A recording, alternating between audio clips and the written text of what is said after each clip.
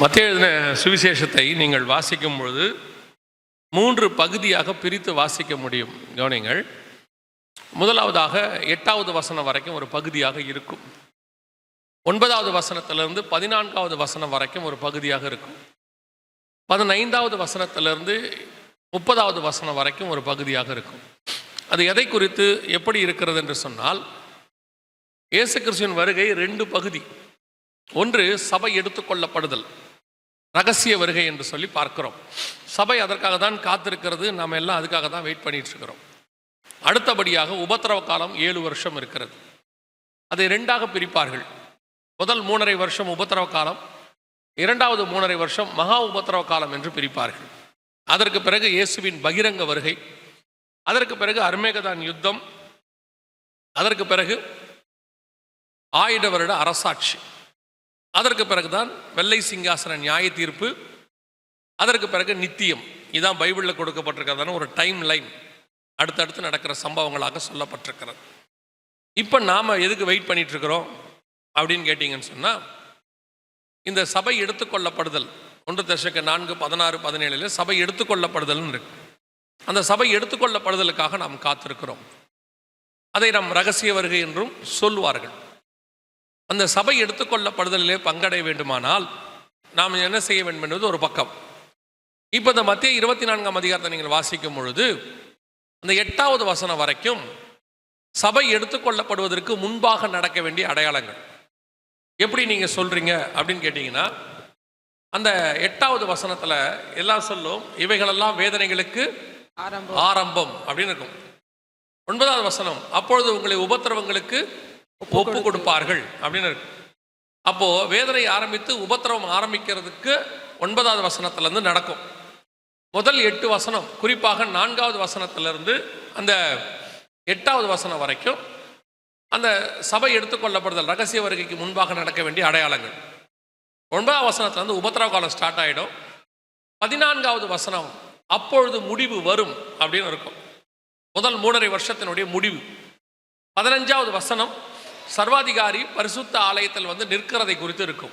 பாழாக்கும் அருவருப்பை குறித்து தானியேல் தீர்க்கதரிசி சொல்லி இருக்கிறானே, வாசிக்கிறவன் சிந்திக்க கடவன். அதை பரிசுத்த ஸ்தலத்தில் நிற்க காணும்போது யூதேயாவில் இருக்கிறவர்கள் மலைகளுக்கு ஓடி போங்கள்னு இருக்கும். அங்கிருந்து அடுத்த 3.5 வருஷம் ஆரம்பிக்கும். அதோட 29-30 வசனம் வரைக்கும் எல்லாம் சொல்லப்பட்டு, இதோ மேகனுடனே வருகிறார் என்று இயேசுவின் பகிரங்க வருகை இருக்கும். ஸோ இதுதான் அங்கே சொல்லப்பட்டிருக்க டைம்லைன்.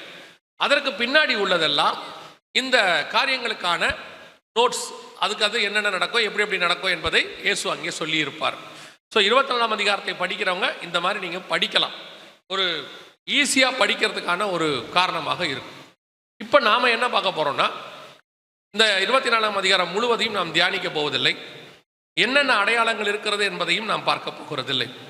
நாம் என்ன இப்போ பார்க்க போகிறோம் அப்படின்னு சொல்லி கேட்டிங்கன்னு சொன்னால், இந்த அடையாளங்களிலே மிக முக்கியமாக 3 காரியங்களுக்கு எச்சரிக்கையாக இருக்க சொல்லி இயேசுவானவர் சொல்லி இருக்கிறார். நீங்கள் அந்த மத்திய 24ஆம் அதிகாரத்தில் வாசிச்சிங்கன்னா 3 காரியங்களுக்கு அவர் எச்சரிக்கையாக இருக்க சொல்லுகிறார். அதைத்தான் சொல்லிட்டு சொல்கிறாரு, இதோ நான் உங்களுக்கு முன்பதாகவே எல்லாத்தையும் எச்சரிப்பு சொல்லிட்டேன், கேர்ஃபுல்லாக இருந்துக்கோங்க அப்படின்னு சொல்கிறார். இது எப்போ நடக்க வேண்டிய சம்பவம் அப்படின்னு கேட்டிங்கன்னா, சீஷர்கள் கேட்குறாங்க, உம்முடைய வருகைக்கும் உலகத்தின் முடிவுக்கும் அடையாளம் என்ன? 3வது வசனத்தில் அப்படி கேட்குறாங்க. ஸோ அவருடைய வருகைக்கும் உலகத்தின் முடிவுக்கும் அடையாளத்தில் சொல்லும்போது கேர்ஃபுல்லாக இருக்க வேண்டிய மிக முக்கியமான 3 விஷயம். அதுவும் இந்த காலத்தில், கடைசி காலத்தில் அது நடக்கும்போது வருகைக்கு முன்பாக நடக்க வேண்டிய விஷயங்கள் என்று பார்க்கப்படுகிறது. அந்த 3 காரியங்களை பார்த்து தான் ஒரு எச்சரிக்கை. ஆண்டவரே சொல்கிறார், எச்சரிக்கையாக இருங்கள் அப்படின்னு சொல்கிறார். பல நேரத்தில் நாம் என்ன நினைக்கிறோம் அப்படின்னா, ஆசீர்வாதத்தை பிரதானமாக நினைக்கிறோம். உண்மை, ஆசீர்வாதம் தேவையில்லை என்று யாரும் இங்கே சொல்லவே இல்லை. இயேசு கிறிஸ்து ஆசீர்வதிக்கிற ஆண்டவர் தான், அதில் மாற்றுக்கிறதே இல்லை. ஆனால் இன்னொரு மிக முக்கியமான விஷயம், ஆசீர்வாதத்தில் வரும்பொழுது சபை மிக முக்கியமாக எச்சரிக்கையாக இருக்க வேண்டியது அவசியமாக இருக்கு. இயேசு சொன்னார், நான் உங்களை ஓநாய்களுக்குள்ளே அனுப்புகிறேன், ஆடுகளை போல அனுப்புகிறேன்னு சொன்னார். அது பிரச்சனை இல்லை. ஆனால் எச்சரிப்பு என்னன்னு கேட்டால், பவுல் சொல்றாரு, மந்தையை தப்ப விடாத ஓநாய்கள் வரும் அப்படின்னு சொல்றாரு. அப்படின்னா என்ன அர்த்தம்? ஓநாய்களுக்குள்ளே ஆடுகள் போகும்போது பாதுகாப்பு இருக்கிறது. அவர் சொல்றார், நான் அனுப்புறேன்றார் இயேசு.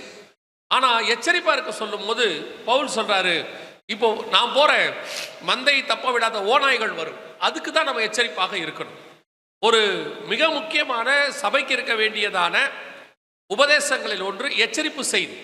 அதுவும் இந்த கடைசி காலத்துல நாம் அதிகமாக ஆசீர்வாத செய்திகளை விரும்புகிறோம். வாக்கு தத்துவம், அதில் எந்த விதமான மாற்று கருத்தும் இல்லை. இப்போ ஜனவரி மாதம் 1ஆம் தேதி வருது, நீங்கள் வாக்கு தத்துவத்தை கேட்க போகிறீர்கள். அப்புறம் பிப்ரவரி மாதம் வரும், அது மாச வாக்கு தத்துவத்தை கேட்க போகிறீர்கள். இது பத்தாததுக்கு ஃபோனில் டெய்லி வாக்கு தத்துவம் வருது. இது பத்தாததுக்கு நிறைய ஊழியர்கள் ஆன்லைன் வழியாக புக்கு வழியாக வாக்கு தத்தங்களை அனுப்பி கொண்டே இருக்கிறார்கள். ஆனால் இந்த வாக்கு தத்தங்களை எல்லாம் வாங்குவது பெருசு இல்லை. பல நேரங்களிலே நம்மை அறியாதபடிக்கு நம்முடைய வீழ்ச்சி வரும். வருகையில போக விடாதபடிக்கு தடுக்கிற காரியங்கள் நடக்கும். எச்சரிப்பு தான் முக்கியம். பொதுவாக நீங்க இந்த ஹைவேஸ்ல போயிருப்பீங்க. நீங்க ஹைவேஸ்ல இருக்க சர்ச்சு தானே, ஸோ உங்களுக்கு நல்லா தெரியும். ஹைவேஸ்ல போயிருக்கீங்க, நீங்க பார்த்தீங்கன்னா எங்கேயாவது ரோடு நல்லா இருக்கு வேகமா போங்கன்னு போர்டில் இருக்காது. ஒரு இடத்துல கூட ரோடு அழகா போட்டிருக்காங்க, எவ்வளோ வேகம் போகணுமோ போங்க அப்படின்னு போர்டு இருக்காது. ஆனால் ஒரு கார்னர் வருது, ஒரு ஸ்பீட் பிரேக்கர் இருக்கு, இல்லை அந்த இடத்துல கொஞ்சம் ஆக்சிடென்ட் ஜோன் அப்படின்னா ஒரு காஷன் போர்டு வச்சிருப்பாங்க. இந்த ஹைவே முழுக்க பார்த்தீங்கன்னா காஷன் போர்டு தான் இருக்கும். எந்த இடத்துலையுமே நீங்கள் எவ்வளோ வேகம் வேணாலும் போங்கன்னு சொல்கிற போர்டு இருக்காது. அதோட அர்த்தம் என்னன்னா, ஜனங்க சொல்லாமையே வேகமாக போவாங்க. அதுவே 100, 110, 120 போவாங்க. ஆனால் தேவை என்ன? காஷன். சபைக்கும் அப்படித்தான். நீங்கள் உண்மை உள்ளவர்களாக இருந்தால் பரிபூர்ண ஆசீர்வாதங்கள் தானாய் வரும். ஆசீர்வாதத்துக்கு தனியா நீங்க கஷ்டப்பட வேண்டிய அவசியமே இல்லை. அவ்வளவுதான். நல்லா சாப்பிட்றவங்களா இருந்தா பெரும்பாலும் எந்த வியாதியும் வராது. ஏன்னா உடம்புல இம்யூனிட்டி பவர் இருக்கும். இந்த சாப்பிடாதவங்கள தான் நல்லா சாப்பிடு நல்லா சாப்பிடுன்னு சொல்லிட்டே இருக்கணும். காரணம், வியாதி வந்துடும் அப்படின்றதுனால. பல நேரத்தில் நீங்க எதை விரும்புறீங்கன்னா இந்த ஆசீர்வாதத்தை தான் விரும்புகிறீர்கள். அதுவும் குறிப்பா சர்ச்சில் வரும்போது அதை தான் விரும்புறீங்க. சபைக்குள்ள வரும்போது மட்டும் நீங்க அதைத்தான் எக்ஸ்பெக்ட் பண்றீங்க. எச்சரிப்பு கொடுக்கறதை விரும்பவில்லை. ஆசீர்வாதத்தை விரும்புக, நான் வேணான்னு சொல்லலை, அது தானா வரும். ஆனா விரும்ப வேண்டியது எதுன்னா எச்சரிப்பு, காஷன். இப்போ நீங்க உங்க பிள்ளையை கொண்டு போய் ஸ்கூல்ல விடும்போது அவனை ஒரு நல்ல காரியத்துக்கு தான் விடுறீங்க. அவன் படிச்சு நல்ல பெரிய ஆளா அவன் பெரிய ஆசீர்வாதமா இருக்கணும் பின்னாடி எல்லாம் விரும்புறீங்க. ஆனா ஸ்கூல்ல விடும்போது என்ன சொல்லி விட போறீங்க? நான் இன்ஜினியர் உங்ககிட்ட ஒப்படைச்சிருக்கேன், டாக்டர் ஒப்படைச்சிருக்கேன், பத்திரமா பார்த்துக்கோங்க அப்படியா சொல்ல போறீங்க? நீங்க சொல்லும் போது அது இப்ப இருக்க அப்பா அம்மா விட அப்ப இருக்க அப்பா அம்மா ரொம்ப மோசம். ஒரு 30 வருஷத்துக்கு முன்னாடி கொண்டு போய் விடும்போது அடிச்சு, எங்க வீட்டிலலாம் சொல்லுவாங்க, கண்ணு ரெண்டையும் விட்டுட்டு தோலை ஊறிங்கம்பாங்க. சொல்லும் போதே அப்படிதான். ஏற்கனவே அவங்க நல்லா அடிப்பாங்க, இதுல இவங்க வேற அவங்களுக்கு பவர் ஆஃப் அட்டானி எழுதி கொடுப்பாங்க. கண்ணு ரெண்டையும் விட்டுட்டு தோலை ஊறிங்க அப்படிம்பாங்க. எதுக்காக அப்படி சொன்னாங்க? அப்பா அம்மாவுக்கு நம்ம மேல கோவமா? அதெல்லாம் கிடையாது. அவங்களுடைய ஒரே நோக்கம் நம்ம நல்லா இருக்கணும். ஸோ நம்ம ஸ்கூல்ல விடும்போது நல்லா படிக்கணும்னு விரும்புகிறோம். அங்கே சொல்லும் போது பையனுடைய ஆசீர்வாதத்தை நம்ம சொல்றதில்ல, இன்ஜினியர் டாக்டர்னு. அங்கே சொல்லும் போது பையனுடைய குறைய சொல்லுவோம். பேரண்ட்ஸ் டீச்சர்ஸ் மீட்டிங்னு ஒன்று வைக்கிறாங்க, இப்போல்லாம் வைக்கிறாங்க தானே, எல்லா ஸ்கூல்லையும் வைக்கிறாங்க. முந்தையெல்லாம் பேரண்ட்ஸ் டீச்சர்ஸ் மீட்டிங்க்கு நம்ம தான் பையனை திட்டி கூட்டிகிட்டு போவோம், என்னடா பண்ண அப்படின்னு. இப்போ அவன் நம்மளை திட்டி கூட்டிகிட்டு போகிறான். பார்த்து வாங்க, டீச்சர் எது பேசினாலும் கம்முன்னு இருக்கணும், அமைதியாக இருக்கணும், நீங்கள் அவங்ககிட்ட போய் எதுவும் பேசக்கூடாது, அவன் சொல்லி கூட்டிகிட்டு போகிறான். பேரண்ட்ஸ் டீச்சர்ஸ் மீட்டிங்கில் போனால் நம்ம செய்ய போகிறது என்ன சொல்ல போகிறோம்? அவங்க என்ன சொன்னாலும் ஆமாம் நான் போகிறோம். கண்டிப்பாக பையன்கிட்ட இருக்க குறைய சொல்லணும். ஒரு டீச்சர் சொன்னாங்க, என் பையனுடைய மார்க் ஷீட்டை பார்த்தேன், எல்லாம் பாஸ் ஆகி நல்லா இருந்துச்சு. அவங்க சொன்னாங்க, இந்த பாஸ் ஆனதெல்லாம் பார்க்காதீங்க, டோட்டல் பாருங்க. பாஸ் ஆகிறது வேற, டோட்டல் எவ்வளோன்னு பார்க்கணுன்னாங்க. அதான் உண்மை. நாம் இன்னும் மேலே போகணுன்னா எச்சரிப்பு அவசியம். கிடைச்ச ஆசீர்வாதத்தையே நம்ம பார்த்துக்கிட்டு நல்ல மார்க் எடுத்துட்டோம் போதும் விடு அப்படின்னா முன்னேற மாட்டோம். பல நேரங்களில் இதான் நடக்குது. சபை உங்களை ஆசீர்வதிக்க வேண்டும் என்று விரும்புகிறீர்கள், உங்களுக்கு மோட்டிவேஷன்லாம் பேசணும்னு நினைக்கிறீங்க, எந்துவா பேசணும்னு நினைக்கிறீங்க. ஆனால் அது மட்டும் போதாது. பல நேரங்களிலே அந்த எச்சரிப்பு செய்தி தான் உங்களை உருவாக்கும், உங்ககிட்ட இருக்கிற குறைகளை போக்கும், அது மேலே மேலே வர்றதுக்கு காரணமாக இருக்கும். அதனால தான் இயேசு என்ன பண்றாரு, அந்த காரியங்கள் எல்லாம் சொல்லும் போது மிக முக்கியமாக 3 எச்சரிப்புகளுக்கு கர்த்தர் சொல்றார். அந்த எச்சரிப்புகளை பார்த்து தான் நாம இந்த கடைசி செஷன்ல முடிக்க போகிறோம். முதலாவது எச்சரிப்பு இயேசு என்ன சொல்றார் வாசிங்க. அந்த மத்தேயு எழுதின சுவிசேஷம் 24ஆம் அதிகாரம் 4வது வசனத்தை வாசிங்க. இயேசு அவர்களுக்கு பிரதியுத்தரமாக, ஒருவனும் உங்களை வஞ்சியாதபடிக்கு எச்சரிக்கையாயிருங்கள். ஏனெனில் அநேகர் வந்து என் நாமத்தை தரித்து கொண்டு நானே கிறிஸ்து என்று சொல்லி அநேகரை வஞ்சிப்பார்கள். முதலாவதாக இயேசு சொல்லக்கூடியதான ஒரு காரியம் என்னவென்றால், வஞ்சிக்கிற காரியங்களுக்கு எச்சரிக்கையாக இருங்கள். வருகைக்கு முன்பாக கேட்கப்பட்ட அடையாளம், நம்முடைய வருகைக்கு முன்பாக என்ன நடக்கும் அப்படின்னு கேட்கும்போது ஃபர்ஸ்ட் அடையாளமா இயேசு சொல்றாரு. த நம்பர் 1 பிரதானமானது என்னன்னு கேட்டீங்கன்னா, அநேகர் என் நாமத்தை தரித்து கொண்டு நானே கிறிஸ்து என்று சொல்லி உங்களை வஞ்சிப்பார்கள் அப்படின்னு இருக்கு. இதை 2 வகையா நம்ம பார்க்க போகிறோம். ஒன்று, நேரடியாக இந்த அடையாளம் நடக்குது. நானே கிறிஸ்து என்று சொல்லி அநேகர் உங்களை வஞ்சிப்பார்கள் என்று சொல்ற அந்த அடையாளம் நேரடியாகவே நடக்குது. இவங்கெல்லாம் நான் தான் இயேசு அப்படின்னு சொல்லி ஜனங்களை வஞ்சித்தவர்கள். இது வரைக்கும் உலகத்துல 3000 4000 பேர் வந்திருக்கிறாங்க நான் தான் இயேசுன்னு வஞ்சித்தவங்க. குறிப்பா இப்ப நம்ம நூற்றாண்டுல, இப்ப நம்ம கூட இந்த காலத்துல ஒரு 15 பேருக்கு மேல உயிரோடு கூட இருக்கிறாங்க நான் தான் இயேசுன்னு சொல்லி. இப்ப இவரெல்லாம் நான் தான் இயேசுன்னு சொல்லி ஜனங்களை வஞ்சித்தவங்கள்ல டாப் மோஸ்ட் லிஸ்ட்ல இருக்கிறவர், ஃபர்ஸ்ட் ரோல இருப்பார் இவரெல்லாம். ஏன்னு கேட்டீங்கன்னா, மில்லியன்ஸ் ஆஃப் மக்கள், லட்சக்கணக்கானவங்க இவருக்கு பின்னாடி போயிட்டாங்க.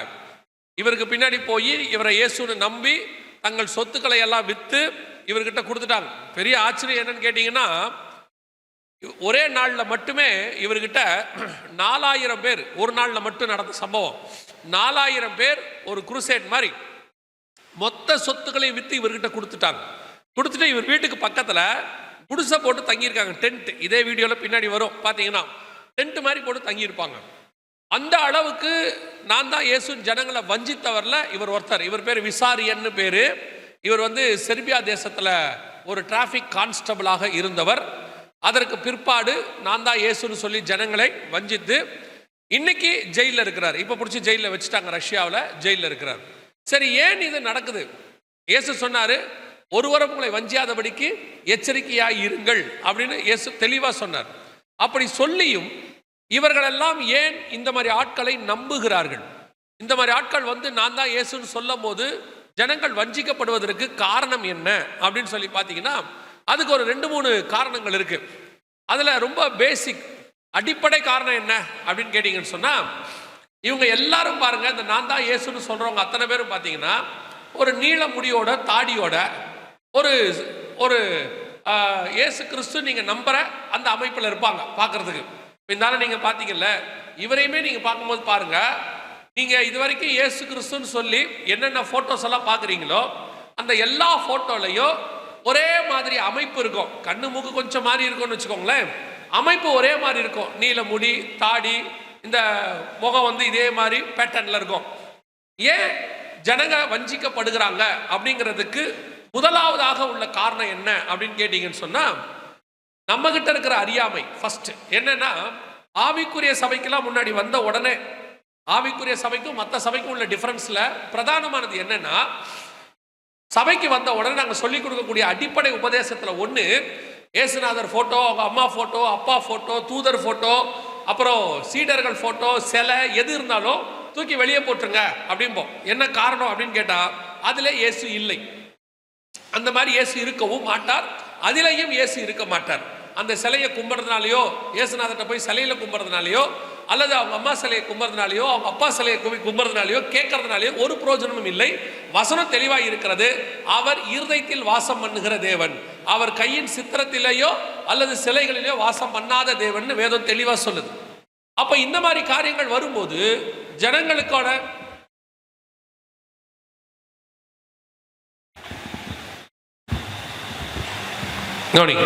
அப்ப ஜனங்களுக்கான மிக முக்கியமாக விசுவாசிகள் இருக்கக்கூடியதான முதல் டிராபேக் என்ன? ஒரு காலத்தில் இது சபையில சத்தியமாக போதிக்கப்பட்டது. இப்போ நாங்களாம் சர்ச்சுக்குள்ள வரும்போது இதை ஃபர்ஸ்ட் உபதேசம், மூல உபதேசமே இதுதான். ஏன்னா அது இயேசுநாதர் இல்லை, இப்படி இல்லைன்னு நாங்கள் சொல்லி கொடுத்தாங்க. அன்னைக்கு வந்து இந்த அளவுக்கு மீடியாவோ எதுவும் வளர்ச்சி இல்லை. நான் சொல்றது ஒரு 32 வருஷத்துக்கு முன்னாடி, 1992 சொல்றேன். அன்னைக்கு இந்த மீடியா வளர்ச்சி இந்த மாதிரிலாம் ஒண்ணுமே கிடையாது. அன்னைக்கு எங்களுக்கு சொல்லும் போது ஒரு வார்த்தை சொல்லுவாங்க, இதெல்லாம் இல்லை எடுத்து போட்டுருன்னு. நாங்கள் அவங்க எந்த கேள்வியும் கேட்க மாட்டோம், எடுத்து போடுவோம். ஏன்னா அன்னைக்குள்ள பரிசுத்தவான்களுக்கு இந்த மாதிரி மீடியா அறிவு கிடையாது, ஆனா ஆவிக்குரிய அறிவு அவங்களுக்கு இருந்துச்சு. பரிசுத்த ஆவினாலே நடத்தப்பட்டார்கள். அவங்க சொன்னதுல சத்தியம் இருந்துச்சு, உண்மை இருந்துச்சு. நாங்க அதுக்கு கீழ்ப்படிஞ்சோம், விசுவாசிச்சோம், எடுத்து போட்டோம்.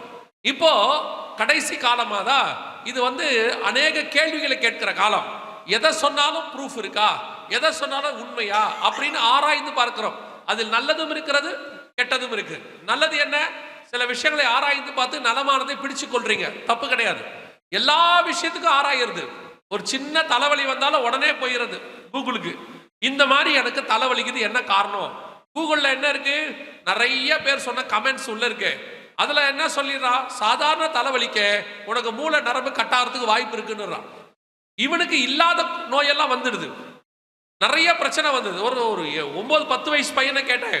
அவன் சொன்னான், எனக்கு டிப்ரெஷன் ஸ்ட்ரெஸ்ல ஓசிடி பிரச்சனை இருக்குன்னா. எனக்கெல்லாம் 10 வயசுல டிப்ரெஷனும் தெரியாது, ஸ்ட்ரெஸ்ஸும் தெரியாது, நமக்கு எதுவுமே தெரியாது. எனக்கு டிப்ரெஷன் ஸ்ட்ரெஸ்ங்கிறதுலாம் ஒரு 20 வயசுக்கு மேலே தான் தெரியும். நான் அப்போ அவனை கேட்டேன், உனக்கு எப்படா டிப்ரெஷன் ஸ்ட்ரெஸ் எல்லாம் தெரியுது அப்படின்னு கேட்டேன். கூகுள் பண்ணி பார்த்தேன்னா. கூகுளில் என்னடா எப்படா போட்டு பார்த்தேன்னு இல்லை, நான் தனியாக உட்காந்துருக்கேன், இதுக்கு என்ன காரணம்னு கேட்டேன். கூகுள் சொல்லிச்சு, உனக்கு டிப்ரெஷன் இருக்கலாம், ஸ்ட்ரெஸ் இருக்கலாம். நேற்று ஒரு நடந்த சம்பவம், நேற்று இல்லை போன வாரத்தில், ஒரு பையன் கூகுள்கிட்ட போய் கேட்டிருக்கான் என்ன பண்ணணும்னு. போய் சூசைட் பண்ணி சாப்பிட்டுருச்சு, செத்துட்டான். அவன் சூசைட் பண்ணி செத்து போயிட்டான். ஒரு பையன் கூகுளோட பேசி கடைசியில் தற்கொலை பண்ணிட்டான். இன்னைக்கு இந்த அறிவு பெருக்கத்தினுடைய விளைவு, எதை சொன்னாலும் ப்ரூஃப் போய் பார்க்கறது, உடனே கூகுள் பண்றது. நம்ம பேசிட்டு இருக்கிறோம், சொல்ற காரியங்கள்லாம் ஒரு குரூப் பின்னாடி உட்காந்து ஃபோன் பார்த்துட்டே இருப்பான். நம்ம சொல்றதை கவனிக்க மாட்டாங்க, ஆனால் சொல்றதெல்லாம் ஃபோனில் பார்த்துக்கிட்டு இருப்பான். கரெக்டாக சொல்றாரா, சரியா சொல்றாரா? ஸோ இதில் அட்வான்டேஜ் இருக்கு, டிஸ்அட்வான்டேஜ் இருக்கு. அதனுடைய விளைவு இன்னைக்கு என்ன ஆகி போச்சு? இந்த மாதிரி ஆட்கள் வரும்பொழுது நமக்கு இன்னைக்கு எது சரி எது தப்பு அப்படிங்கிறத ரொம்ப ஆராய்ந்து பார்க்கிறோம். ஆனால் சபையில சொல்லக்கூடிய காரியங்கள்ல சில காரியங்கள் நீங்க ஆராய்ந்து கூட பாருங்க. இயேசு கிறிஸ்துவை குறித்து சொல்லப்பட்டதான அல்லது வரையப்பட்டதான இந்த இமேஜஸ், இது எதுவுமே பைபிள்ல உள்ள அடிப்படையில் கிடையாது. இது எல்லாமே ஒரு காலகட்டத்தில் உருவாக்கப்பட்டுச்சு. அதனுடைய விளைவு என்ன? இந்த மாதிரி தான் இயேசு இருப்பார்னு சில நூற்றாண்டுகளா நம்ம மனசுல பதிச்சுட்டாங்க. அது இப்ப என்னவாகுது? இந்த மாதிரி ஆட்கள் வரும்போது அது நமக்கு மைண்ட்ல இயேசு இப்படித்தான் இருப்பாருன்னா பேசிக்கா நம்மளை வஞ்சிக்கப்படுவதுக்கு அதே மாதிரி ஒரு ஆள் வந்த உடனே நம்ம ஏற்றுக்கொள்ளுகிறோம், ஃபர்ஸ்ட் அக்செப்ட் பண்ணிக்கிறோம். ஓ இயேசு இப்படிதான், பரவாயில்ல. சிலர் சொல்றாங்க பார்க்கறதுக்கு இயேசு மாதிரியே இருக்கிறாரு. முதல்ல இவங்க இயேசுவை பார்த்ததில்லை, அதான் ரொம்ப இம்பார்ட்டன்ட். இவங்க யாருமே என்ன செய்யல? இயேசுவை பார்த்ததில்லை. அடுத்து இயேசு மாதிரி இருக்காருன்னு சொல்றீங்களே, எதை வச்சு சொல்றீங்க? போட்டோல பார்த்தோம். இயேசுநாதர் எந்த போட்டோ ஸ்டுடியோக்கு போயும் போஸ்ட் கொடுக்கல, எந்த படத்திலையும் நடிக்கல, எந்த வீடியோவும் இல்லை. இயேசுநாதருக்கு முன்னாடி உள்ள ராஜாக்களுடைய சிலைகள்லாம் இருக்கு. இயேசுநாதர் பிறக்கும் போது அகஸ்ட் சீசர் ஒருத்தரை பத்தி பைபிள் சொல்லும். அகஸ்துராயன் காலத்தில், லூக்கா 2:1-2ல அந்த அகஸ்துராயனை பத்தின சிலைகள்லாம் இருக்கு. அலெக்சாண்டர் காலத்து சிலைகள், ஜியூஸ் தேவனுடைய சிலைகள்லாம் இருக்கு. ஆனா அதற்கு பின்னாடி வந்த இயேசு கிறிஸ்துவை பத்தினதான எந்த ஒரு அடையாளமும் பூமியில் கிடையாது. பர்பஸாக ஆண்டவர் அது எல்லாவற்றையும் அழிச்சு போட்டார். காரணம், அவரை எந்த சிலையிலேயோ படத்திலேயோ அல்லது எந்த ரூபத்திலேயோ ஆண்டவரை நீங்கள் கொண்டு வர முடியாது. அவர் நம்முடைய இருதயத்துக்குள் வாசம் பண்ணுகிற தேவனாக இருக்கிறார். அல்லேலூயா. இது ஒரு அடிப்படை பேசிக் உபதேசம். இது இல்லாததுனால இப்ப கடைசி ஒரு 10-20 வருஷத்துல நீங்க பாருங்க, கொஞ்சம் கொஞ்சமா ஆவிக்குரிய சபைகளுக்கும் மற்ற சபைகளுக்கும் வித்தியாசம் குறைஞ்சிக்கிட்டே வருது. அதுல ஒண்ணு, இந்த ஆவிக்குரிய சபைகள்ல கூட முந்தையெல்லாம் ஈஸியா கண்டுபிடிச்சலாம். ஆவிக்குரிய சபை, பாரம்பரிய சபை எப்படி கண்டுபிடிக்கலாம்? அங்கே இயேசுநாதருடைய போட்டோ சிலை எல்லாம் இருக்கும், இங்க இருக்காது. இப்ப இங்கேயும் வர தொடங்கிருச்சு, இங்கேயும் கொஞ்சம் வித்தியாசமா உள்ள வர தொடங்கிருச்சு. எசேக்கியேல் 8ஆம் அதிகாரத்தை அப்புறம் போய் வாசித்து பாருங்க. 6வது வசனத்துல இருந்து இருக்கும், நீ மனுபுத்திரனே அவர்கள் செய்கிறதை காண்கிறாயா? என் பரிசுத்த ஸ்தலத்தை விட்டு என்னை தூரமாய் போகும் பண்ணும்படியான காரியத்தை இஸ்ரவேல் வம்சத்தார் இங்கே செய்கிறார்கள் இருக்கும்.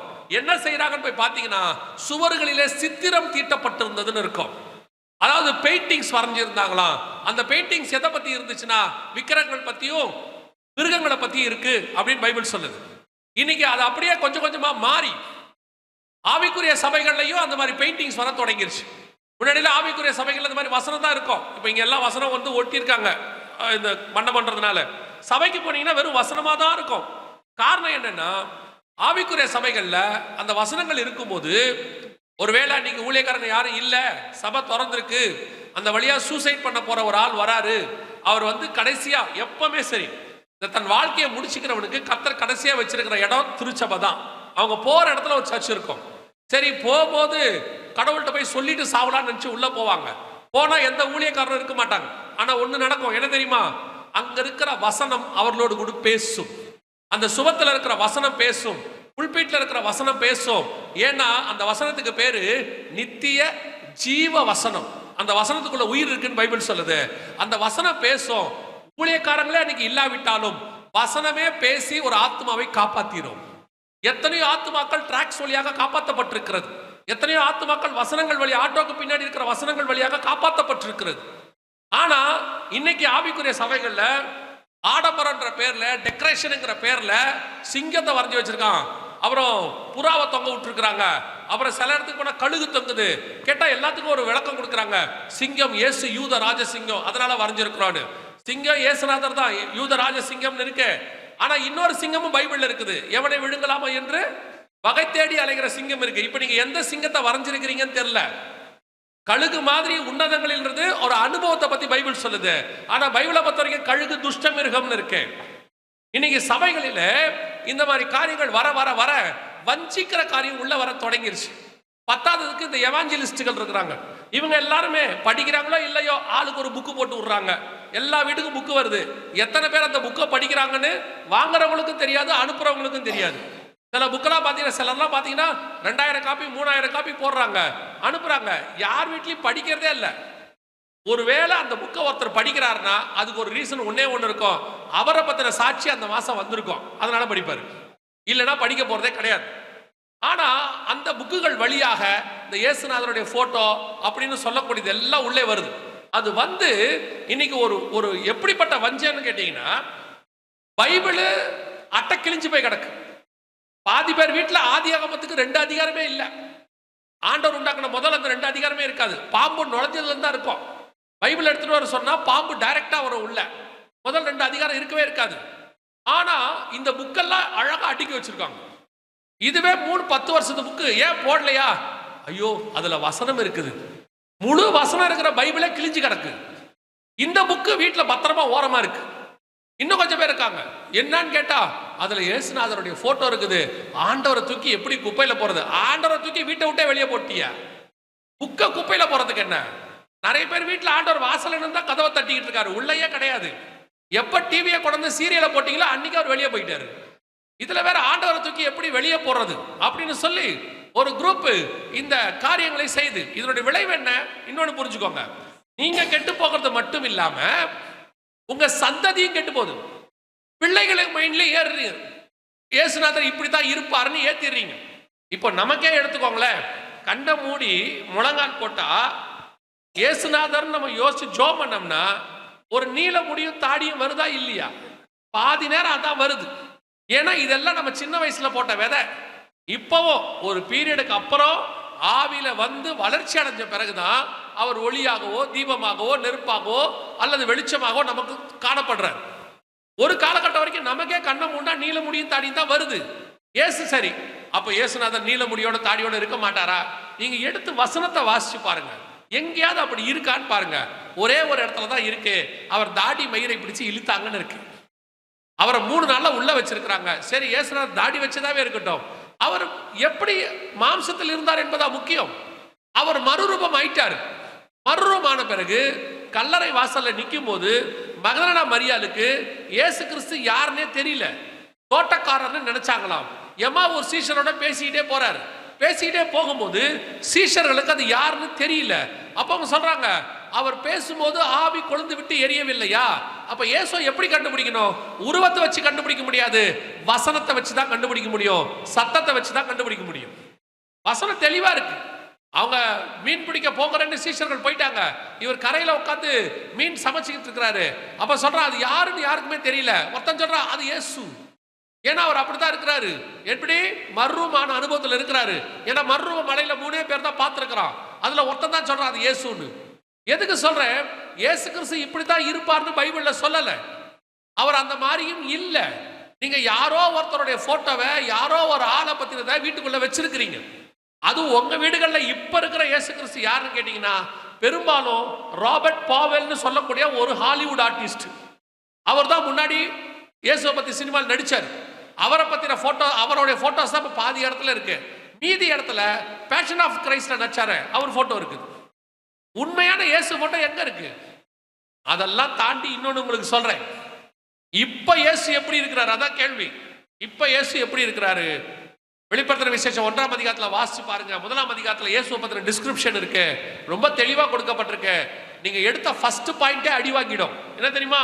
அவர் தலை வெண் பஞ்சை போல இருந்ததுன்னு இருக்கு இங்கிலீஷ். தமிழ்ல அவர் தலை எப்படி இருக்குது? வெண் பஞ்சை போல. உங்களால வெள்ள முடியோட இயேசுநாதரை ஏத்துக்க முடியுமா? உங்க மைண்ட்ல இயேசுநாதரை வெள்ள முடியோட ஏத்துக்க முடியுமா? உங்களையே உங்களால வெள்ள முடியோட ஏத்துக்க முடியாது. அதையே டை அடிச்சு கருப்பாக்கினாதான் உங்களுக்கே பார்க்கறதுக்கு நல்லா தெரியுது. உங்களுக்கு அது வெல்ல முடியுங்கிறது கம்பல்சரி வரப்போறது, அதை ஒன்றும் செய்ய முடியாது. அதையே கருப்பா பார்த்து பழக்கப்பட்டுட்டீங்க. இயேசுநாதரை வெல்ல முடியல, உங்களால பார்க்க முடியுமா?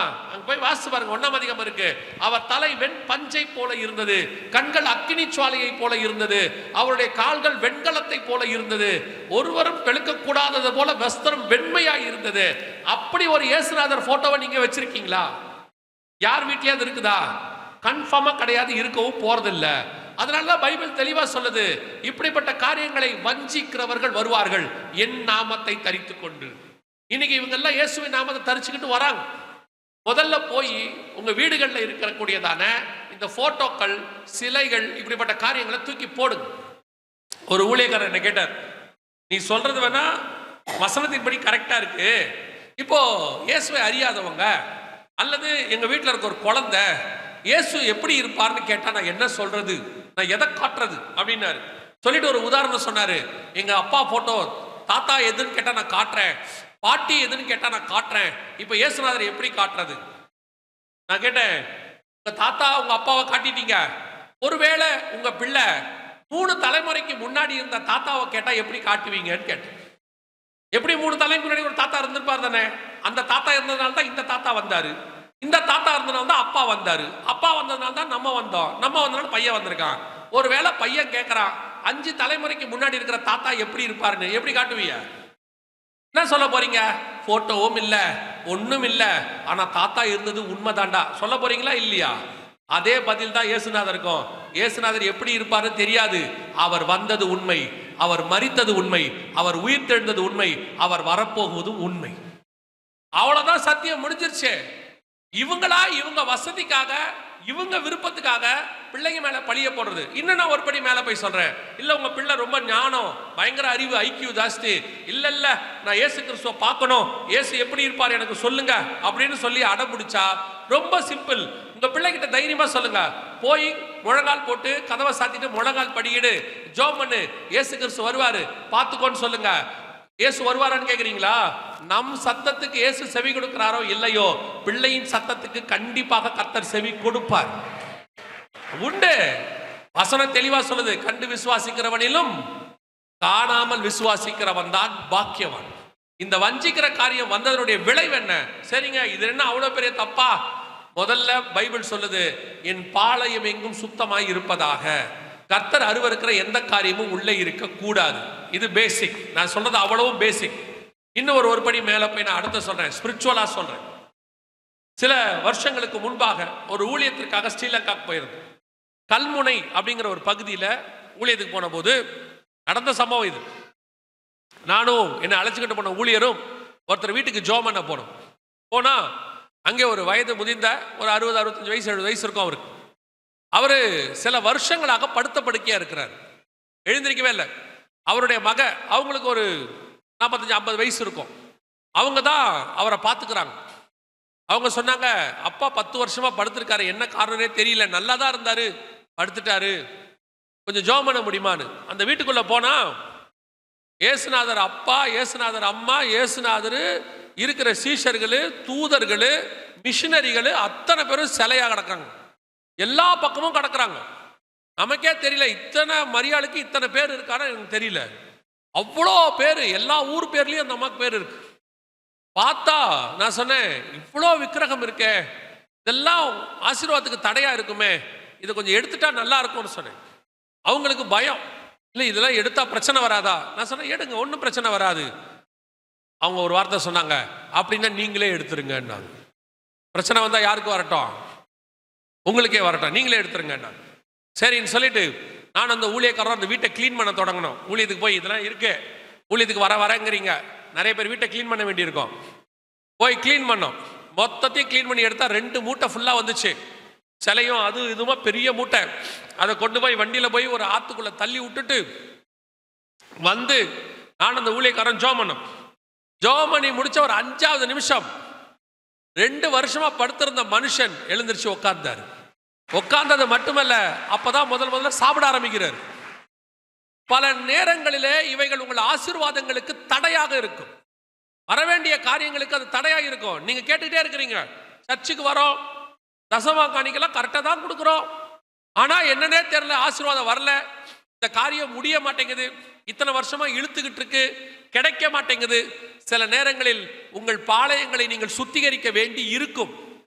ரொம்ப கவனிச்சு பாருங்க. லேயாள் ராகேல் 2 பேரும் இருந்தாங்க. இத்தனைக்கும் ராகேல யாக்கோபு ரொம்ப நேசிக்கிறாரு. ஆனால் ராகேலின் கூடாரத்துக்குள் மறைக்கப்பட்டிருந்த ஒரு விக்கிரகம் இருந்துச்சு, தகப்பன் வீட்டுடைய விக்கிரகம். ஒரு நாள் அந்த விக்கிரகம் ராகேலின் பிரயாணத்தை வழியிலேயே முடிய பண்ணிருச்சு. 2 பேரும் போனாங்க. ஆனா கடைசி வரைக்கும் கானானுக்குள்ள போய் கல்லறை வரைக்கும் யாக்கோபு கூட போனது யாருன்னா லேயாள் தான் போனாங்க. ராகேல் போகல.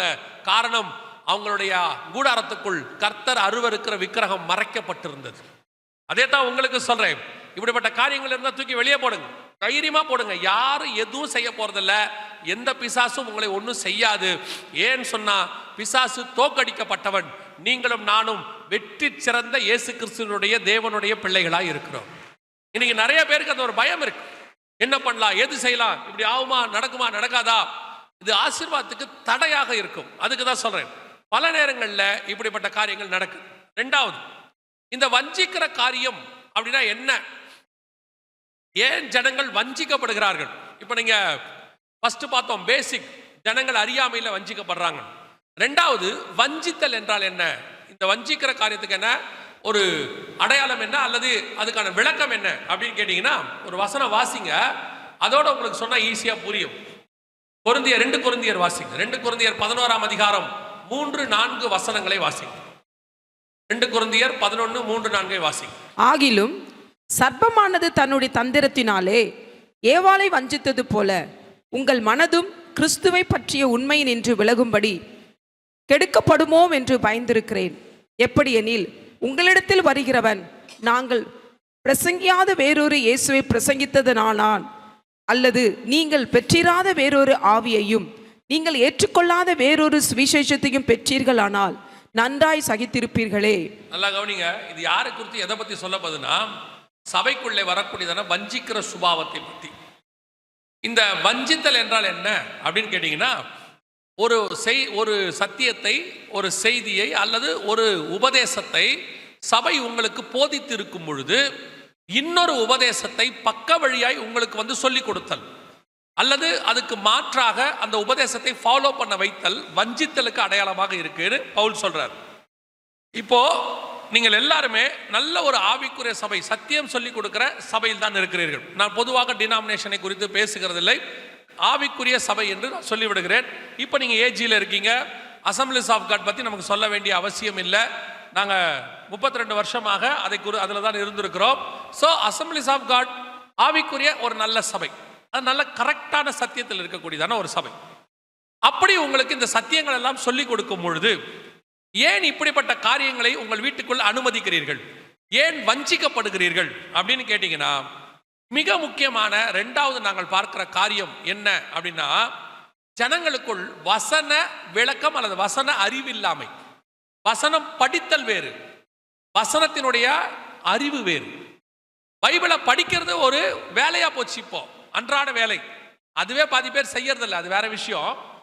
செய்யறவங்க கூட இன்று பைபிள் வாசித்தாயா அப்படின்னு சொல்லி ஒரு போர்டு இருக்கும், அந்த போர்டுக்கு பயந்து வாசிக்கிறவங்க இருக்கிறாங்க. திடீர்னு பாஸ்டர் கேட்டுருவாரா பைபிள் வாசிச்சியான்னு, அதனால ஒரு அதிகாரத்தை வாசிச்சிருவோம். 23ஆம் சங்கீதத்தை எப்படியும் 23,000 தடவை வாசித்திருப்பீங்க. ஏன்னா அர்ஜென்ட்டுக்கு வாசிக்கிற சங்கீதம் அதுதான். அன்னைக்கு ஒரு தம்பியை கேட்டேன், தம்பி வசனம் வாசித்தியாடான்னு. இல்லைண்ணே, காலேஜுக்கு போகிற வேகம், அதனால அர்ஜென்ட்டுக்கு ஒரே ஒரு வசனம் மட்டும் வாசித்தேன்னா. சரி, அதையாவது ஏற்றுக்கலாம், பரவாயில்ல, ஒரு வசனமாவது வாசித்திருக்கானே அர்ஜென்ட்ல, என்ன வசனம் வாசித்தேன்னு. இயேசு கண்ணீர் விட்டாருன்னா. ஈஸியாக வாசித்திருக்கான், அவ்வளோதான், ஒரே வசனம். நான் சொன்னேன், தம்பி இயேசு உன்னை பார்த்து கண்ணீர் விட்டதை கேட்கலன்னு. இன்னைக்கு நம்ம வசனம் வாசிக்கிறத நம்ம இஷ்டத்துக்கு மாற்றிக்கிட்டோம். ஒரு குரூப்பு வசனம் வாசிக்கிறதே இல்லை, இன்னொரு குரூப்பு வசனத்தை ஒரு கடமைக்கு வாசிக்கிறது. இன்னொருத்தர் இருக்காங்க வசனத்தை போட்டி போட்டு வாசிக்கிறது. ஒரு வருஷத்துக்குள்ள முடிச்சே ஆகணும், ஒரு வருஷத்துக்குள்ள 2 தடவை முடிக்கிறது. டைம் டேபிள், காலைல ஒன்று சாயங்காலம் ஒன்று. இப்போ நம்ம பையனுக்கு பாஸ் பண்ணா போதும்ட்டு நம்ம சொல்லிட்டோம். படிப்புங்கிறது என்னன்னு கேட்டீங்கன்னா அறிவும்பாங்க. படிப்புங்கிறது நாலேஜ். அந்த படிக்கிற காரியம் லைஃபுக்கு யூஸ் ஆகணும், அதான் நாலேஜ். ஆனா இப்போ படிப்பு நாலேஜ் கிடையாது, இப்போ படிப்பு ஆசீர்வாதத்துக்கான வழி. இப்போ மண்டையில ஏறுதோ இல்லையோ கட கட கட கடன்னு மனப்பாடம் பண்ணணும். பண்ண மனப்பாடத்தை பேப்பர்ல போய் வாந்தி எடுக்கணும். எக்ஸாம்ல எடுத்து முடிச்சாச்சுன்னா அவன் வேலை முடிஞ்சிருச்சு. திருப்பி கூப்பிட்டு கேளுங்க, 5 வருஷம் கழிச்சு அந்த சாப்டரோ அதுல படிச்சதோ அவனுக்கு ஞாபகத்துல இருக்காது. ஆனா அவன் யாருன்னு கேட்டீங்கன்னா ஸ்கூல் ஃபர்ஸ்டா இருப்பான். அவன் யாருன்னு கேட்டீங்கன்னா அந்த சப்ஜெக்ட்ல டாப்பர். என்னடா 98 எடுத்திருக்கிற அப்படின்னு அந்த ஃபார்முலா என்ன, அதையெல்லாம் கேட்காத. வேகமா படிச்சோம், எழுதிட்டோம். அப்புறம் இந்த படிப்பால உனக்கு என்ன பிரயோஜனம்? அந்த மார்க்கால தான் எனக்கு குரூப் கிடைச்சிச்சு. சரி, அங்க போய் என்ன பண்ண? அங்கேயும் மனப்பாடம் பண்ணேன். சரி, அங்க என்ன பிரயோஜனம்? அதனால தான் எனக்கு இன்ஜினியரிங் சீட் கிடைச்சிச்சு. சரி, அங்க போய் என்ன பண்ண? அங்கேயும் மனப்பாடம் தான் பண்ணேன். இவன் தான் வந்து வீடு கட்டுவா, கீழே விழுந்துரும். இவன் தான் டாக்டரா இங்க வருவா, 10 பேரை கொண்டுடுவான். கதை என்னன்னா, இவன் படிக்கிறது எதுக்காகனா அந்த கோர்ஸை முடிக்கணும், அவ்வளவுதான். அதுல இருந்து ஒண்ணு கத்துக்கணுங்கிற எண்ணம் அவனுக்கு இல்ல. அதே மாதிரி பைபிள் படிக்கிற குரூப் ஒண்ணு இருக்கு. இவங்களுக்கு என்னன்னா, வாழ்நாள் முழுக்க 100 தடவை நான் பைபிள் படிச்சிருக்கிறேன். பெருமை, அதுல வேற தாழ்மையில் பெருமை. கர்த்தருடைய கிருபையில சொல்றேன், 100 தடவை படிச்சிருக்கேன். தாழ்மையாமா சொல்லும் போதே எப்படி சொல்றது? ஒருத்தர் வந்து என்கிட்ட சொன்னாரு, நான் ஒரு பெரிய குப்பையானாரு. அப்ப பெருக்கி தான் தள்ளணும்னு சொன்னேன். நம்மளதான் இப்ப ராஜாக்களும் ஆசாரியமா மாத்திட்டாரு. ஒரு நாள் குப்பையா இருந்தோம், இல்லைன்னு சொல்லல. இப்பதான் ராஜா ஆசாரிய மாத்திட்டாரு. நான் ஒரு குப்பை, நான் ஒரு கழுதை, நான் ஒரு அது, நான் ஒரு இது. உங்க தாழ்மையை நான் குறை சொல்லல, தாழ்மையில பெருமை வரக்கூடாது. சில ஆட்கள் இந்த தாழ்மையில் பெருமை பைபிள் வாசிக்கிறதுல அப்படியே 100 தடவை முடிச்சேன், 200 தடவை முடிச்சேன், முடிங்க. அதையும் நான் குற்றமா சொல்லல. 100 தடவை பைபிள் வாசுங்க, தப்பே கிடையாது. ஒரு தடவையாவது அதை தியானிங்க. அந்த வசனத்துக்குள்ள என்ன இருக்குன்னு பாருங்க, அது என்ன சொல்ல வருதுன்னு கேளுங்க. யூத வசனத்தை நல்லா மனப்பாடம் பண்ணிட்டான், வசனத்துக்குள்ள இருந்த இயேசுவை விட்டுட்டான். இயேசு வந்து நிற்கும் போது அவனுக்கு தெரியல. இப்ப அதே தப்பு தான் சபை பண்ணிக்கிட்டு இருக்குது. சபைனா நான் ஏஜியே சொல்லல, சபைனா நம்ம. இப்ப அதே தப்பு தான். பைபிள் வாசிக்கிறதுல ஒரு இன்ட்ரெஸ்ட், 10 அதிகாரம் வாசிச்சேன், ஒரு மத்தியாயவை இன்னைக்கு மொத்தத்துல உட்காந்து அட்டஸ்டா முடிச்சிட்டேன். அப்படியா, ரொம்ப சந்தோஷம். அன்னைக்கு ஒருத்தனுக்கு இப்போ லேட்டஸ்டா 2 நாளைக்கு முன்னாடி ஒரு எக்ஸாம்ல, ஸ்கிரிப்சர் எக்ஸாம்ல கேட்டிருக்கிறாங்க, டிசைபிள்ஸ் பேர் எழுதுன்னு. அவன் எழுதியிருக்கான் மத்தேயு, மார்க்கு, லூக்கா, யோவான். 12 அப்போஸ்தலர் பேர் என்னன்னா மத்தேயு, மார்க்கு, லூக்கா. இப்ப நான் சொல்ல 2 நாளைக்கு முன்னாடி நடந்த சம்பவம். மத்தேயு, மார்க்கு, லூக்கா, யோவான். எப்படா மார்க்கும் லூக்காவும்? அப்ப இல்லையான்னு என்ன கேட்கிறான் அவன். அப்ப இல்லையான்னு. இதான் பைபிள் படிக்கிற அழகு, இதான் பைபிள் படிக்கிற அழகு. ஆனா அவங்களுக்கு தெரியுது, மார்க்கு தெரியுது, லூக்கா தெரியுது. ஆனா அப்போஸ்தலர்கள் 12 பேர்ல அவங்க இல்லைன்னு தெரியல. இதே மாதிரி தான் வசன அறிவு இல்லாம வசனம் படிக்கிறது. இப்ப இந்த மாதிரி ஆட்களை வஞ்சிக்கிறது தான் இந்த மாதிரி ஆட்கள் வருவாங்க. இந்த கள்ளோபதேசக்காரன் நல்லா கவனிச்சு பாருங்க. அவன் புறஜாதியார்ட்ட போய் சுவிசேஷம் சொல்ல மாட்டான். நல்ல ஆவிக்குரிய சபைக்குள்ள வந்து பாஸ்டர் கிட்ட பேச மாட்டான். அவன் எங்க வருவான் தெரியுமா? நேரா 2 பேரா வீடுகளுக்கு வருவான். அவன் வந்து நின்று வாசல்ல கதவை தட்டுவாங்க. தட்டும்போது இயேசு கிறிஸ்துவை குறித்து உங்களிடத்தில் பேச விரும்புகிறோம் சொல்லிட்டு உங்க முகத்தை பார்ப்பாங்க. பார்த்த உடனே அந்த கள்ளோபதேசக்காரனுக்கு நல்லா தெரியும், இந்த ஆடு இன்னைக்கு பிரியாணி ஆயிடும். ஏன்னா அந்த வசனம் பேசுறத வச்சு அவன் கண்டுபிடிச்சிருவான். இந்த கள்ளோபதேசக்காரன் 20 வசனம் சரளமா பேசுவான், வரிசையா கட கட கட கட கடன்னு பேசுவான். நம்ம விசுவாசி, நல்ல உபதேச விசுவாசிக்கு 2 வசனம் தடுமாறாம வராது. அப்படியே பார்த்துக்கிட்டே இருக்கும் அவனை. அவன் பேசுறத பார்த்தோன்னே இது பிரமிச்சு போய் வாய் திறக்கும். அவன்கிட்ட நம்மளை போட்டு கொடுக்கும். யாரு? இவ்வளோ கஷ்டப்பட்டு ஊழியம் பண்றாருல, இவரை அவங்ககிட்ட போட்டு கொடுக்கும். என்ன போட்டு கொடுக்கும் தெரியுமா? எங்க பாஸ்டர் கூட இப்படி எல்லாம் சொல்லி கொடுக்கல. யார்கிட்ட போய் யாரை போட்டு கொடுக்கறது? இத்தனை வருஷமா சொல்லி கொடுத்தது இது கவனிக்கல, மண்டையில ஏறல. போய் பாஸ்டர் கிட்ட சொல்லி அவங்ககிட்ட சொல்றது. உடனே அவன், நாங்க ஒரு பைபிள் ஸ்டடி வைக்கிறோம், வரீங்களா? அப்படியா? இஸ்ரேல்ல இருந்து ரபியே வந்து எடுக்கிறாரு. இதுக்கு தமிழ்ல எடுத்தாலே தகராறு, அதுவே மண்டையில ஏறாது. நான் ரபிகள் வந்து எடுக்கிறது குற்றமா சொல்லல, திருப்பி நீங்க தப்பா எடுத்துக்காதீங்க. முதல்ல நீங்க தமிழ்ல உங்களுக்கு கொடுத்த பைபிள்ல நீங்க சரி ஆயிடுங்க. இதை முதல்ல புரிஞ்சுக்கோங்க. அடிப்படையே புரியல. இதை புரியாம நான் ஹீப்ரு படிக்க போறேன், கிரீக் படிக்க போறேன், லத்தீன் படிக்க போறேன். முதல்ல தமிழ்ல முடிங்க. தமிழ்ல முடிச்சு உங்களுக்கு கொடுக்கப்பட்ட உபதேசத்துல ஸ்ட்ராங் ஆகுங்க. அதனால தான் இந்த மாதிரி ஆட்கள்லாம் வஞ்சிக்கிறாங்க. என்ன சொல்றீங்க? ரொம்ப சிம்பிள். உங்களுக்கு வசனத்துல ஒன்னே ஒண்ணு மட்டும் தெரியணும். என்ன தெரியணும் தெரியுமா? இயேசு கிறிஸ்து ஒரு தடவை மாம்சத்தில் வெளிப்பட்டார். அவர் ஒரு தடவை நமக்காக பலியானார். பிதாவின் வலது பார்சத்தில் உட்கார்ந்து இருக்கிறார். அவர் நீதியுள்ள நியாயாதிபதியாய் வரப்போறார். இந்த வசனம் உங்களுக்கு கரெக்டா தெரிஞ்சு புரிஞ்சிருச்சுன்னா நடுவுல எவன் வந்தாலும் நீங்க ஏற்றுக்கொள்ள போகிறது இல்லை. யார் வந்தாலும் ஒத்துக்க மாட்டீங்க. இயேசு இனி ஆவியில தான் வருவார்ப்பா, இனி எப்படி மாம்சத்துல வருவாரு, டிராபிக் கான்ஸ்டபிளா எப்படி வருவாரு, நீங்க ஒரே கேள்வி கேட்டுருவீங்கல்ல. இந்த வசன அறிவு இல்லாததான் உடனே ஓ இயேசு மாதிரியே இருக்கிறாரு, தாடி மீசை எல்லாம் பார்க்க அப்படியே இருக்கு, என்னமோ இவங்க இயேசுநாதரோட 30 வருஷம் பழகின மாதிரி பார்க்கறதுக்கு. இதுக்கு காரணம் என்ன? வசன அறிவு இல்லாதது. வசனம் கள்ளோபதேசக்காரன் உங்களை ஏமாத்துறதுக்கு. எனக்கு ரொம்ப ஆச்சரியம் என்ன தெரியுமா? இந்த கள்ளோபதேசக்காரன் நல்லா பைபிள் படிக்கிறான், நல்ல உபதேசக்காரன் பைபிளே படிக்க மாட்டேங்கிறான், பைபிள் வாசிக்கிறதே கிடையாது.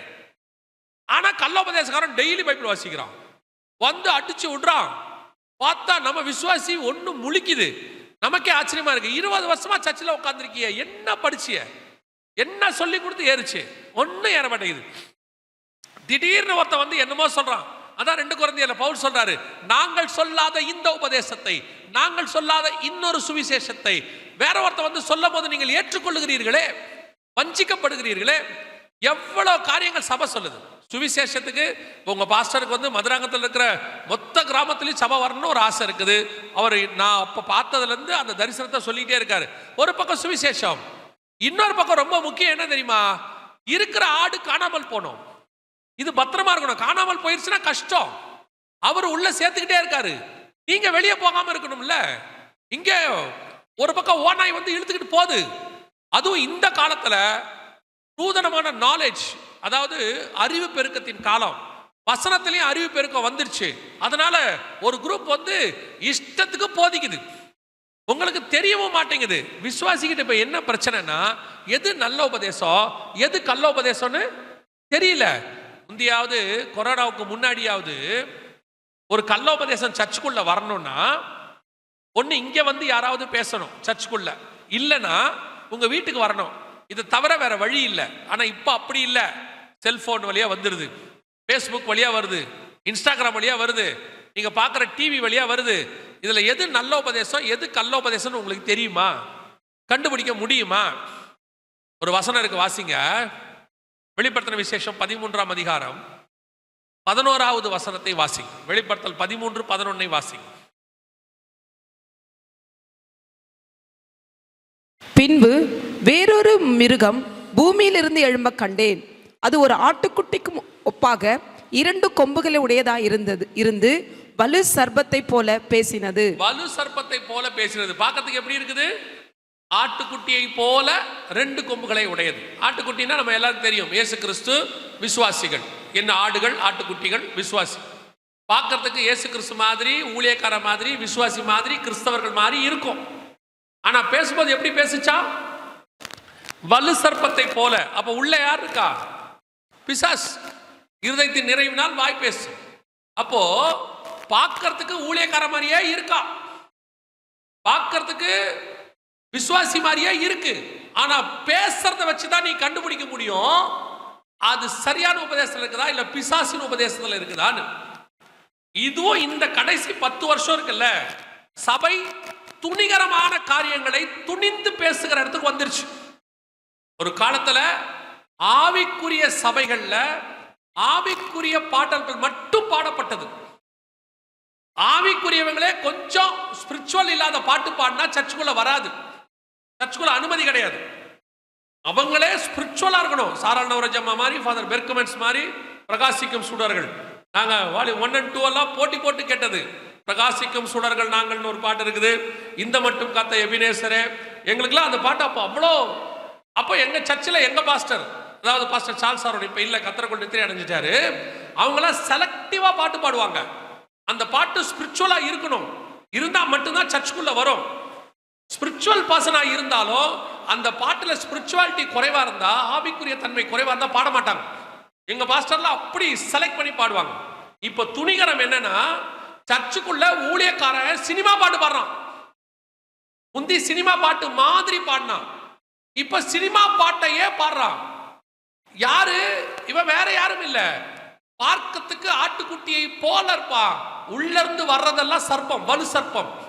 நீங்க அதை ஆட்டுக்குட்டின்னு நினைச்சுக்கோங்க, அது உங்களுடைய தப்பு. ஆனா பைபிள் தெளிவா சொல்லுது, கடைசி காலத்தில் பூமியிலிருந்து ஒரு மிருகம் எழுப்பி வரும், அது பார்க்கறதுக்கு ஆட்டுக்குட்டியை போல இருக்கும், ஆனா உள்ள இருந்து வர்றது பிசாசின் காரியமாக இருக்கும். இன்னைக்கு அது உபதேசத்திலும் இருக்கு, பாட்டுல இருக்கு, ஆராதனையில இருக்கு, தீர்க்க தரிசனத்துல இருக்கு. நிக்கிறது என்னமோ பார்க்கறதுக்கு ஊழியக்காரன் தான், ஆனா உள்ள இருந்து வரக்கூடியதெல்லாம் பிசாசின் காரியங்கள். அந்த உணர்வு உங்களுக்கு வரணும், உங்களுக்கு தெரியணுமே. தெரியுதா? கண்டுபிடிக்க முடியுதா? இப்போ யோவான் ஸ்நானகிட்ட எல்லா ஜனங்களும் ஞானஸ்நானம் எடுக்க வராங்க. வரும்போது யோவான் ஸ்நானகன் சொல்றாரு, விரியன் பாம்பு குட்டிகளே. ஆனா நடுவுல இயேசுவும் வராரு ஞானஸ்நானம் எடுக்க. இயேசு கிறிஸ்து வரும்போது இயேசு ஒன்றும் ஒரு ஸ்பெஷல் பாடி கார்டோட வரல, இல்ல ஒரு ஸ்பெஷல் அப்பீரியன்ஸ் கொடுக்கல. அவர் எப்படி வராருன்னு பாத்தீங்கன்னா, எல்லாரோடையும் ஒன்னா வராரு. நாசரேத்துல இருந்து நடந்து வராரு, வந்து நேர கும்பலோட கும்பலா வராரு. ஆனா இத்தனை பேரையும் பாம்பு குட்டியா பார்த்த யோவான் ஸ்நானகன் இயேசுவை பார்த்த உடனே சொல்றாரு, இதோ உலகத்தின் பாவத்தை சுமந்து தீர்க்கிற தேவாட்டுக்குட்டி. எது பாம்பு குட்டி, எது ஆட்டுக்குட்டின்னு கண்டுபிடிச்சாரு பாருங்க. அதுதான் இருக்கிறதே ரொம்ப முக்கியம். இன்னைக்கு உங்களால எது பாம்பு குட்டி எது ஆட்டுக்குட்டின்னு கண்டுபிடிக்க முடியுமா? உங்களை பொறுத்த வரைக்கும் யார் பைபிளை தூக்கிட்டு வீட்டுக்கு வந்தாலும் ஆட்டுக்குட்டி தான். அதுவும் பாஸ்டருக்கு தெரியாம வந்தா நல்ல ஆட்டுக்குட்டி. என்ன இப்படி சொல்றேன்னு கேக்குறீங்களா? இந்த பாஸ்டருக்கு தெரியாம ஒரு தீர்க்கதரிசியா வருவாங்கல்ல, உங்களுக்கு அவங்கள கண்டா அவ்வளவு சந்தோஷமா இருக்குது. அதுவும் இந்த ஜனவரி மாசம் வந்துருச்சுன்னா உங்களுக்கு சொல்லவே வேண்டாம். நீங்களும் அப்படித்தான், அவங்களும் அப்படித்தான். எப்படி நீங்களும் அப்படித்தான் அவங்களும் அப்படித்தானே எப்படின்னு கேக்குறீங்களா? உங்களுக்கு இந்த 1ஆம் தேதி வந்துட்டா இந்த வாக்குத்தத்த ஆவியும் கேலண்டர் ஆவியும் பிடிச்சி ஆட்டும். அது ஏன் பிடிச்சி ஆட்டுதுன்னு தெரிய மாட்டேங்குது. ஒன்று தான் சர்ச்சில் உங்களுக்கு ஒரு கேலண்டர் கொடுப்பாங்க, இல்லை ஒரு வாக்குத்தத்த அட்டை ஒன்று கொடுப்பாங்க. பத்தாததுக்கு போகிற கடையிலெல்லாம் கேட்கறது, சரவணா ஸ்டோர்ஸ்லேருந்து கேலண்டர் இருக்கா, கேலண்டர் இருக்கா. அப்புறம் இந்த வீட்டுக்கு பேப்பர் வரும், தினத்தந்தி, கேலண்டர் வந்துருச்சா. அது பத்தாததுக்கு உங்கள் வீட்டுக்கு இந்த வாக்கு தத்தத்தை கேலண்டரையும் தூக்கிட்டு விசிட்டிங் பாஸ்டர்ஸ் கொஞ்சம் பேர் வருவாங்க. அதுதான் உங்கள் பாஸ்டருக்கு தெரியாமல் வர்றது. அவங்க வந்து என்ன பண்ணுவாங்க, ஜனவரி மாதம் முதல் வாரங்கள் 2ஆம் வாரங்கள்ல கேலண்டரோட வந்துட்டு சந்திச்சுட்டு உங்களுக்கு ஒரு தீர்க்க தரிசனத்தை வச்சுட்டு, இந்த வருஷம் அப்படி இருக்கும், இந்த வருஷம் இப்படி இருக்கும். நீங்க இருக்கீங்க பாருங்க, எத்தனை பேர் சொன்னாலும் காது கொடுத்து ஆசீர்வாதம்னா கேட்டுக்கிட்டே இருப்பீங்க. அப்படியே ஜனவரி மாதம் போய் பாருங்க, வீடை சுற்றி கேலண்டரா தொங்கும். நம்ம என்ன நினைப்போம் தெரியுமா, வசனத்து மேல என்ன வாஞ்ச, எத்தனை கேலண்டர் தொங்குது. பாஸ்டர் பிப்ரவரி மாசம் இல்ல மார்ச் மாசம் வந்தாருன்னா அந்த கேலண்டர் மாறியே இருக்காது, ஜனவரியிலேயே தொங்கும். அப்புறம் சொல்லுவாங்க, பாஸ் சொல்லுவாங்க, அந்த கேலண்டரை கொஞ்சம் மாத்துங்க. எத்தனை பேர் வீட்டில் டிசம்பர் வரைக்கும் ஜனவரியே தொங்குது தெரியுமா? ஆனா உங்களுக்கு வாக்குத்தத்த கேலண்டர்னா இதை யூஸ் பண்ணிக்கிட்டு நிறைய பாம்பு குட்டி வருது, உங்க வீடுகளுக்கு வருது, கல்லோபதேசம் எல்லாம் வந்து அவன் ஒரு உபதேசத்தை அடிச்சு விடுறான். உங்களுக்கா எது கல்லோபதேசம் நல்ல உபதேசம் தெரிய மாட்டேங்குது. உங்களை பொறுத்த வரைக்கும் நீ வாலாகாமல் தலையாவாய், சூப்பர் ஊழியர். அவர் வந்தார்னா 4 வார்த்தை நல்லா பேசுவாரு.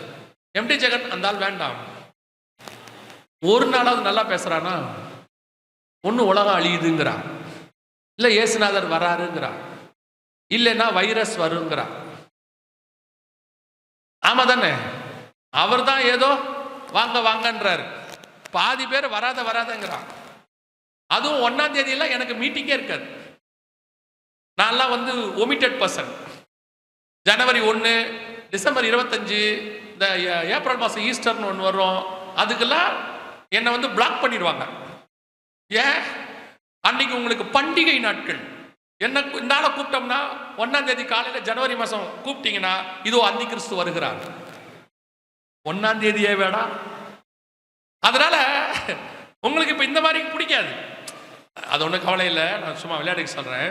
எதுக்கு சொல்றேன், பல நேரங்களில் இந்த மாதிரி காது கிணிய பேசுற ஆட்கள் வரும்போது உங்களுக்கு ஒரே சந்தோஷம். அந்த பிரதர் வந்தாருன்னா நல்லா சொல்லுவாரு. அவர் வந்து சொல்லிட்டு போயிடுறாரு, இந்த வருஷம் சிஸ்டர் நீங்க ரொம்ப நாளா ஜெபம் பண்ணிட்டு இருக்கீங்களே, கர்த்தர் அதை செய்ய போறாரு. என்ன ரொம்ப நாளா ஜெபம் பண்றீங்க? மாமியார் சாவணும்னு ஜெபம் பண்ணிருப்பீங்க. வேற என்ன ரொம்ப நாளா ஜெபம் பண்ண போறீங்க? அந்த வாக்குத்தத்தத்தை வச்சுக்கிட்டு ஜனவரியில இருந்து ஜெபம் பண்றது.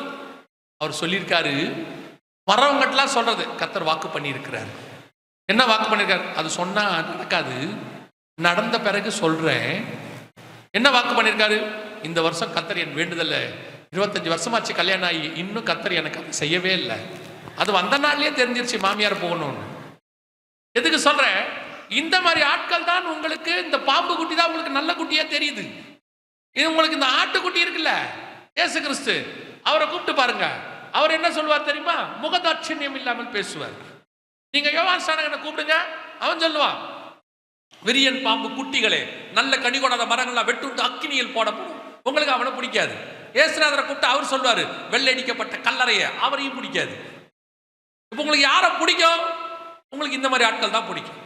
விசுவாசிகளுக்கு நான் சொல்லுகிறேன், கடைசி நாட்களில் வேதம் தெளிவாய் சொல்லுகிறது, பக்க வழியாய் நுழைகிற இயேசுவின் நாமத்தை தரித்து கொண்டு வருகிற இப்படிப்பட்ட ஆட்களுக்கு எச்சரிக்கையாயிருங்கள். இல்லைன்னா கஷ்டம், ஏமாற்றப்படுவீர்கள், வஞ்சிக்கப்படுவீர்கள். இருக்கிறதுலயே ரொம்ப டேஞ்சரான வஞ்சித்தல் என்ன தெரியுமா?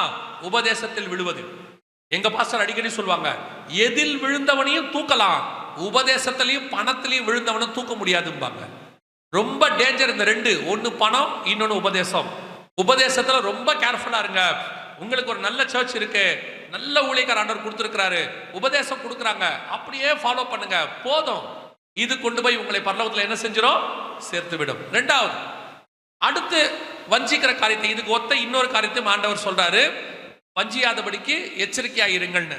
24ஆம் அதிகாரம், மத்திய எழுதின சுவிசேஷம் 24ஆம் அதிகாரம் 24 வாசிங்க. ஏனெனில் கள்ள கிறிஸ்துகளும் கள்ள தீர்க்கதரிசிகளும் எழும்பி கூடுமானால் தெரிந்து கொள்ளப்பட்டவர்களையும் வஞ்சிக்கத்தக்கதாக பெரிய அடையாளங்களையும் அற்புதங்களையும் செய்வார்கள். இது அடுத்து இதோட கூட இணைந்து செய்யற இன்னொரு காரியம். அது என்னன்னு கேட்டீங்கன்னா, கள்ள கிறிஸ்துகளும் கள்ள தீர்க்கதரிசிகளும் எழும்பி கூடுமானால் தெரிந்து கொள்ளப்பட்டவர்களையும் வஞ்சிக்கத்தக்கதாக பெரிய அற்புதங்களையும் அடையாளங்களையும் செய்வார்கள். விசுவாசி வஞ்சிக்கப்படுற ரெண்டாவது மிக முக்கியமான காரியம் என்னன்னு கேட்டீங்கன்னா, இந்த அற்புத அடையாளம். இதான் இருக்கிறதுலே டேஞ்சர். அடுத்த டேஞ்சர் வர்றது யாரு? கள்ள தீர்க்கதரிசி, கள்ள கிறிஸ்து. இன்னைக்கு இந்த வஞ்சிக்கிற காரியம் ரொம்ப அதிகமா போயிட்டு இருக்கு.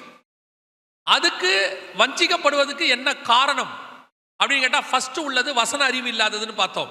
ரெண்டாவது அற்புத அடையாளம். அப்ப அற்புத அடையாளமே கிடையாதா? அற்புத அடையாளங்கள்லாம் நடக்காதா அப்படின்னு கேட்டீங்கன்னா, நிச்சயம் உண்டு. அற்புத அடையாளங்கள் உண்டுன்னு இயேசு சொல்றாரு. என் நாமத்தினாலே பிசாசுகளை துரத்துவீர்கள், என் நாமத்தினாலே வியாதியஸ்தர்களை சுகமாக்குவீர்கள். அடையாளங்கள்ல 9 வகையான வரங்கள்ல குணமாக்குற வரம் இருக்கு, அற்புதங்கள் செய்கிற வரம் இருக்கு. அற்புதம் இல்லைன்னு நான் சொல்லவே இல்லை. ஆனால் அற்புதம் செய்கிறவர் யார் என்பதுதான் முக்கியம்.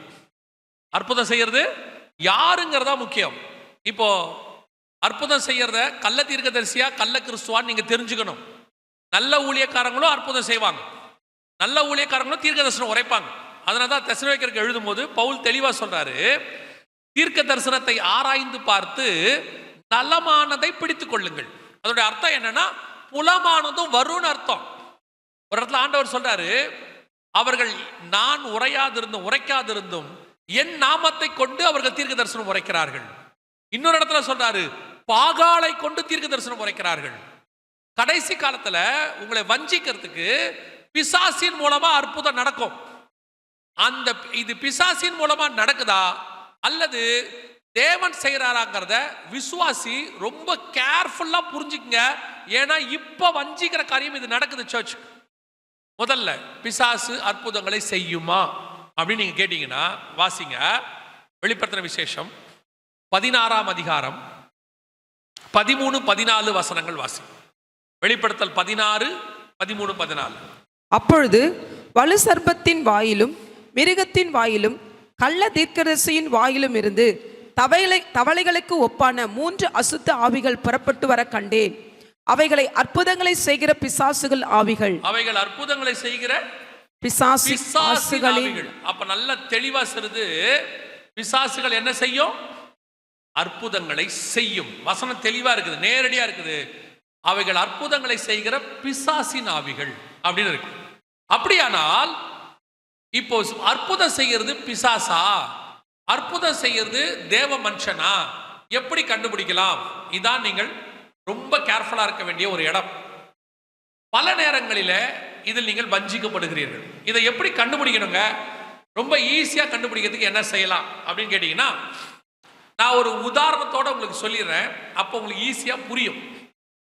சில வருஷங்களுக்கு முன்பாக, எனக்கு தெரிஞ்ச ஒரு 5-6 வருஷத்துக்கு முன்னாடி, ஒரு வெளிநாட்டு ஊழியக்காரர் ஒருத்தர் இந்தியாவுக்கு வந்தார். வந்துட்டு அவர் ஒரு அற்புதம் செஞ்சார். என்ன அற்புதம் செஞ்சார்னா, இந்த மாதிரி ஒரு வாட்டர் பாட்டில், இந்த மாதிரி 1 லிட்டர் பாட்டில் எடுத்து, இந்த தண்ணியை நான் இப்ப திராட்சரசமா மாத்த போறேன் அப்படின்னு சொன்னார். அடுத்து அவர் ஜெபம் பண்ணாரு. தண்ணி திராட்சரசமா மாறிடுச்சுன்னு அவர் சொன்னாரு. அவர் தான் சொன்னாரு, மாறிடுச்சுன்னு எனக்கு தெரியாது, அவர் சொன்னார். அடுத்து ஒருத்தரை கூப்பிட்டு குடிக்க சொன்னாரு, இதை குடிச்சு பாருங்கன்னாரு. அவரும் குடிச்சிட்டு சொன்னாரு, தண்ணி திராட்சரசமா மாறிடுச்சு, வெரி டேஸ்ட் அப்படின்னாரு. சரி, நான் ரெண்டுத்தையும் ஒத்துக்கிறேன். வந்த ஆள் யாருன்னு எனக்கு தெரியாது, ஒருவேளை அவங்களுக்கு தெரிஞ்சவங்களான்னு எனக்கு தெரியாது. நான் ஆனா ஒத்துக்கிறேன், ரெண்டையும் ஒத்துக்கிறேன். இப்ப தண்ணி திராட்சரசமா மாறினதாவே இருக்கட்டும், அது கலர்லாம் மாறல, இருக்கட்டும். ரெண்டாவது, வந்து கொடுத்தவருடைய சாட்சியை நான் ஒத்துக்கிறேன், தண்ணி திராட்சரசமாவே மாறிடுச்சு, மாற்று கருத்தே எனக்கு இல்லை. ஆனா இப்ப கேள்வி என்னன்னா, இவர் இந்த தண்ணியை ஏன் திராட்சரசமாய் மாற்றினார்? தண்ணியை அன்னைக்கு அவர் திராட்சரசமா மாத்தினதுக்கான காரணம் என்ன? இயேசு கிறிஸ்து கானாவூர்ல தண்ணியை திராட்சரசமாய் மாற்றினார். இயேசு ஏன் மாத்தினார்? அன்னைக்கு தேவை ஏற்பட்டது, இயேசு அதை தண்ணீரை திராட்சரசமாய் மாத்தினார். இவர் ஏன் மாத்தினார்? அன்னைக்கு தேவை ஒண்ணுமில்ல, எங்கிட்ட இந்த வல்லமை இருக்குன்னு காட்டுறார். அவ்வளவுதான் விஷயமே. இயேசு கிறிஸ்து ஒவ்வொரு அற்புதத்தை செய்து முடிக்கும் போதும் பாருங்க, வசனம் தெளிவா இருக்கும், ஜனங்கள் தேவனை மகிமைப்படுத்தினார்கள் இருக்கும். ஏன் அப்படி இருக்குன்னா, நமக்கு தான் இயேசு தேவன். அன்னைக்கு அவங்களுக்கு அவர் தீர்க்கதரிசியாகப்பட்டார். அவங்களுக்கு தீர்க்கதரிசியா பார்த்தாங்க. சிலர் எரேமியா என்றும், சிலர் யோவான் ஸ்நானகன் என்றும், சிலர் உம்மை தீர்க்கதரிசி என்றும் சொல்லுகிறார்கள். அப்போ ஒரு தீர்க்கதரிசி அற்புதம் செய்தா, அன்னைக்கு உள்ள யூதர்கள், அன்னைக்கு உள்ளவங்கள என்ன பண்றாங்க? இந்த அற்புதத்தை இந்த தீர்க்கதரிசி வழியாக செய்த தேவனை மகிமைப்படுத்தினார்கள். அப்ப அற்புத அடையாளம் செய்யப்படும் போது அது தேவனை மகிமைப்படுத்துவதாக, தேவனை உயர்த்துவதாக இருக்க வேண்டுமே ஒழிய, எவன் ஒருவன் தன் ஊழியத்திற்காக, தன் நாம மகிமைக்காக ஒரு அற்புத அடையாளத்தை செய்கிறானோ, அவன் தேவனால் அந்த அற்புதத்தை செய்யவில்லை, அது பிசாசினால் செய்யப்படுகிறது. அவ்வளவுதான் விஷயம். எல்லா அற்புத அடையாளமும் தேவனுக்கோட மகிமைக்கு மட்டும்தான். அவ்வளவுதான். அவர்கள் தேவன் பக்கம் திரும்புவதுக்கு தான் அற்புத அடையாளம். இன்னும் நீங்க மார்க் 16 போய் வாசிச்சு பாருங்க, 15-16 இருக்கு. வசனம் தெளிவா சொல்லுது, அவர் அற்புதங்களினாலும் அடையாளங்களினாலும் வேத வாக்கியத்தை உறுதிப்படுத்தினார். அவ்வளவுதான். அற்புத அடையாளம் எதுக்கு? வேத வாக்கியத்தை உறுதிப்படுத்துவதுக்கு. அற்புத அடையாளம் எதுக்கு? தேவனை மகிமைப்படுத்துவதுக்கு. இன்னைக்கு அற்புத அடையாளம் எதுக்கு செய்யப்படுது? அந்த ஊழியத்தின் வளர்ச்சிக்காக. அற்புத அடையாளம் எதுக்கு செய்யப்படுது? அந்த ஊழியக்காரருடைய பெயர் மகிமைக்காக. அவருக்கு அந்த வரத்தை கர்த்தர் தான் கொடுத்தார், மாற்று கருத்தே இல்லை.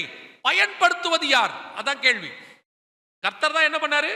அந்த வரத்தை அவர் கொடுத்தாரு. ஆனா இப்ப அதை யூஸ் பண்றது யார்? சவுலுக்கு ராஜ்யபாரத்தை கர்த்தர் தான் கொடுத்தார். ஆனால் உள்ளிருந்து ஆளுகை செய்தது பிசாசு.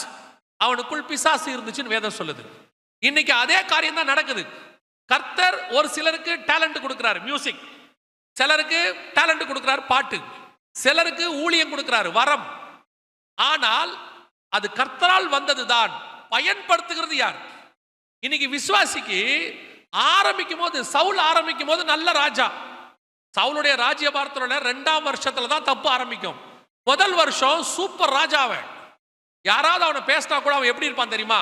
காது கேளாதவனை போல இருப்பான். யாராவது அவனை சொல்லுவாங்க, உன்னை ஒருத்தன் திட்டான், அவனை கொண்டு போடுன்னு அவன் சொல்லுவான், இன்று கர்த்தர் ரட்சிப்பை கட்டளையிட்டனால் இன்னைக்கு யாரையும் கொல்லக்கூடாதும்பான். அவ்வளோ நல்ல ராஜா. ஒரு ஊழியக்காரனை பார்க்கும்போது சவுல் சொல்லுவான், ஒரு ஊழியக்காரனை எப்படி வெறுங்கையா பார்க்க போறது, ஏதாவது எடுத்துட்டு போடுமேம்பா. அவ்வளவு நல்ல ராஜா. ஆனால் அவனுக்கு அதை பார்த்தா கர்த்தர் ராஜ்யபாரத்தை கொடுத்தார். ராஜ்யபாரம் இப்பொழுது பிசாசினால் பயன்படுத்தப்படுகிறது. அதே மாதிரிதான் ஊழியம் ஆரம்பிக்கும் போது அந்த ஊழியக்காரர்களுக்கு வரத்தை கொடுத்தது கர்த்தர். இன்னைக்கு பயன்படுத்துகிறது யார்? டேலண்ட், மியூசிக் வாசிக்கிறது, பாடுறது கொடுத்தது கர்த்தர், மாற்று கர்த்தே இல்ல. அதை இன்னைக்கு யூஸ் பண்றது யார்? அதுதான் கேள்வி. விசுவாசிகள் ஆரம்பத்தில் உள்ளதையே வச்சுக்கிட்டு ஓடுறீங்க. முடிவு பரியந்தம் நிலை நிற்கிறவனே ரட்சிக்கப்படுவான். ஆரம்பிக்கிறவரும் முடிக்கிறதும், விசுவாசத்தை துவக்கினவரும் அவரே தான் முடிக்கணும். நடுவில் இன்னைக்கு நிறைய ஊழியக்காரங்கிட்ட கர்த்தர் இல்லை, வரத்தை பிசாசு பயன்படுத்துறான். ஒரு இடத்துல சவுல் தீர்க்க தரிசனம் உரைத்தான் வேதம் சொல்லுது. எல்லாரும் நினைச்சுக்கிட்டாங்களா சவுலும் தீர்க்க தரிசிகளில் ஒருத்தனோ? அதே தான் இன்னைக்கு கடைசி காலத்துல நிறைய ஊழியர்கள், நிறைய பேரை பிசாசு யூஸ் பண்ணுது. நீங்கள் இப்பொழுது அந்த வஞ்சிக்கிற காரியத்துல விழுந்து போகாமல் இருக்கணும். நீங்க எதுல விழுறீங்க தெரியுமா? அந்த வரத்தினால அதுல நடக்கிற அற்புத அடையாளத்தை பார்த்துட்டு நீங்கள் விழுகிறீர்கள். அப்புறம் ஒரு சிலர் கேட்கறாங்க, ஒரு ஊழியரே என்ன கேட்டார், ஏன்பா ஆனா ஆள் சரியில்லைப்பா, எப்படிப்பா கரெக்டா ப்ராஃபஸி சொல்றான்? அதான் உண்மை, நல்லா தெரிஞ்சுக்கொள்ளுங்க. வரங்கள் அது கர்த்தர் கொடுத்தது. அழைத்த அழைப்பும் கிருபா வரங்களும் மாறாதவைகள், அது கர்த்தர் கொடுத்தது. ஆனா பிசாசு யூஸ் பண்ண ஆரம்பிச்சிருச்சு. இப்போ கேரக்டர் பார்த்தா தப்பா இருக்குது, ஆனா ஊழியம் கரெக்டா நடக்குது, ஊழியம் பர்ஃபெக்டா போகுது. இப்போ நீங்க இப்படி எடுத்துக்கோங்க. இப்போ ஆண்டவர் மோசேயை பார்த்து கண்மலையை பார்த்து பேசுன்னு சொன்னாரு. மோசே கண்மலையை பார்த்து அடிச்சாரு. ஆனா தண்ணி வந்துச்சு, ஜனங்க குடிச்சாங்க, ஆடு மாடு குடிச்சிச்சு, மினிஸ்ட்ரி சக்சஸ் ஆயிடுச்சு, எல்லாரும் வீட்டுக்கு போயாச்சு. எல்லாரும் அன்னைக்கும் சொல்லியிருப்பாங்க, மோசே பெரிய ஆள்பா, தேவன்னா மலையை அடிக்கிறான் தண்ணி வருது, மோசேவுடைய கோல்ல வல்லமை இருக்குதுப்பா, மோசே பெரிய ஊழியக்காரப்பா, அன்னைக்கு செஞ்ச மாதிரியே இன்னைக்கும் அற்புதம் செஞ்சுட்டாப்பா, பாரு தண்ணி வந்துடுச்சு. ஆனா கர்த்தர் சொன்னாரு, நீங்கள் என் சத்துருக்களுக்கு முன்பாக என் நாமத்தை பரிசுத்த குலைச்சலாக்கினீர்கள். மினிஸ்ட்ரி சக்சஸ், ஊழியக்கார ஃபெயிலியர். இன்னைக்கு அதான் நடந்துட்டு இருக்குது.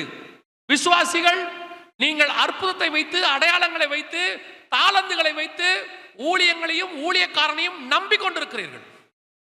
எதை வச்சு பார்க்கணும் தெரியுமா? அந்த மரத்தை கனிகளால் அறியலாம். அதை வச்சு தான் டிசைட் பண்ணணும். இன்னைக்கு வஞ்சிக்கிறான் நிறைய பேர் அற்புத அடையாளங்களை வச்சுக்கிட்டு. விசுவாசி நீங்க இருக்கீங்க பாருங்க, அற்புத அடையாளம்னா வண்டி கட்டிட்டு ஓடுறீங்க. சபையில பைபிள் ஸ்டடி வச்சா வரமாட்டேங்கிறீங்க.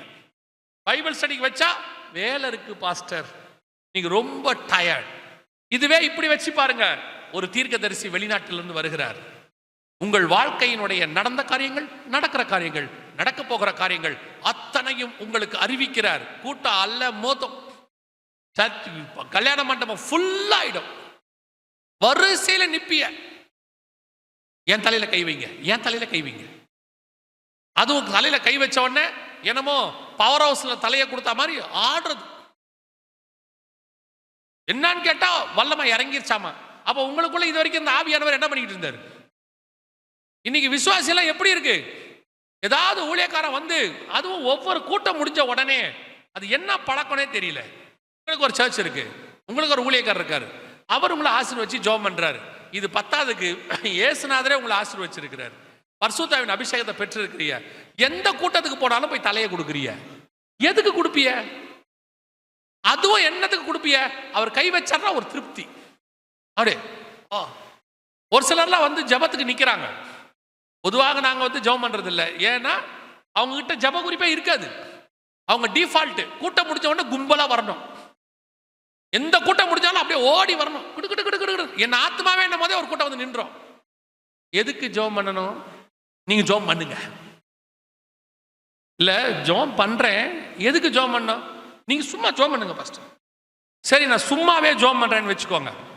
நம்ம ஜெபிக்கிறதுனுடைய அர்த்தம் என்னன்னா, நம்ம ஜெபம் பண்ற ஒரு விஷயத்துக்கு பரலோகம் என்ன செய்யுது?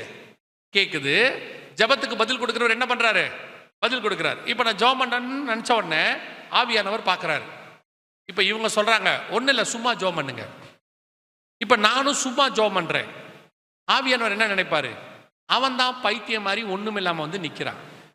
நீ அபிஷேகம் பெற்ற ஊழியக்காரன், நீயும் பைத்தியம் மாதிரி ஒண்ணுமில்லாம ஜெபம் பண்றிய. இப்ப நான் என்ன பதில் கொடுக்க? உண்மைதானே? இப்ப நான் சொல்றேன், ஆண்டவரே இவங்க சும்மா வந்திருக்காங்க, நானும் இவர்களுக்காக சும்மா ஜெபம் பண்ணுகிறேன், நீங்களும் இவங்களுக்கு ஒரு சும்மா ஒரு பதில் கொடுத்து அனுப்புங்க. கரெக்டாக இருக்குமா? சில ஆட்கள்லாம் எதுக்கு வந்து நிற்கிறாங்கன்னு அவங்களுக்கும் தெரிய மாட்டேங்குது. ஜப குறிப்போட வந்தாங்கன்னா ஓகே தான், உடம்பு சரியில்லை, ஏதோ ஒரு பிரச்சனை, அது வேற.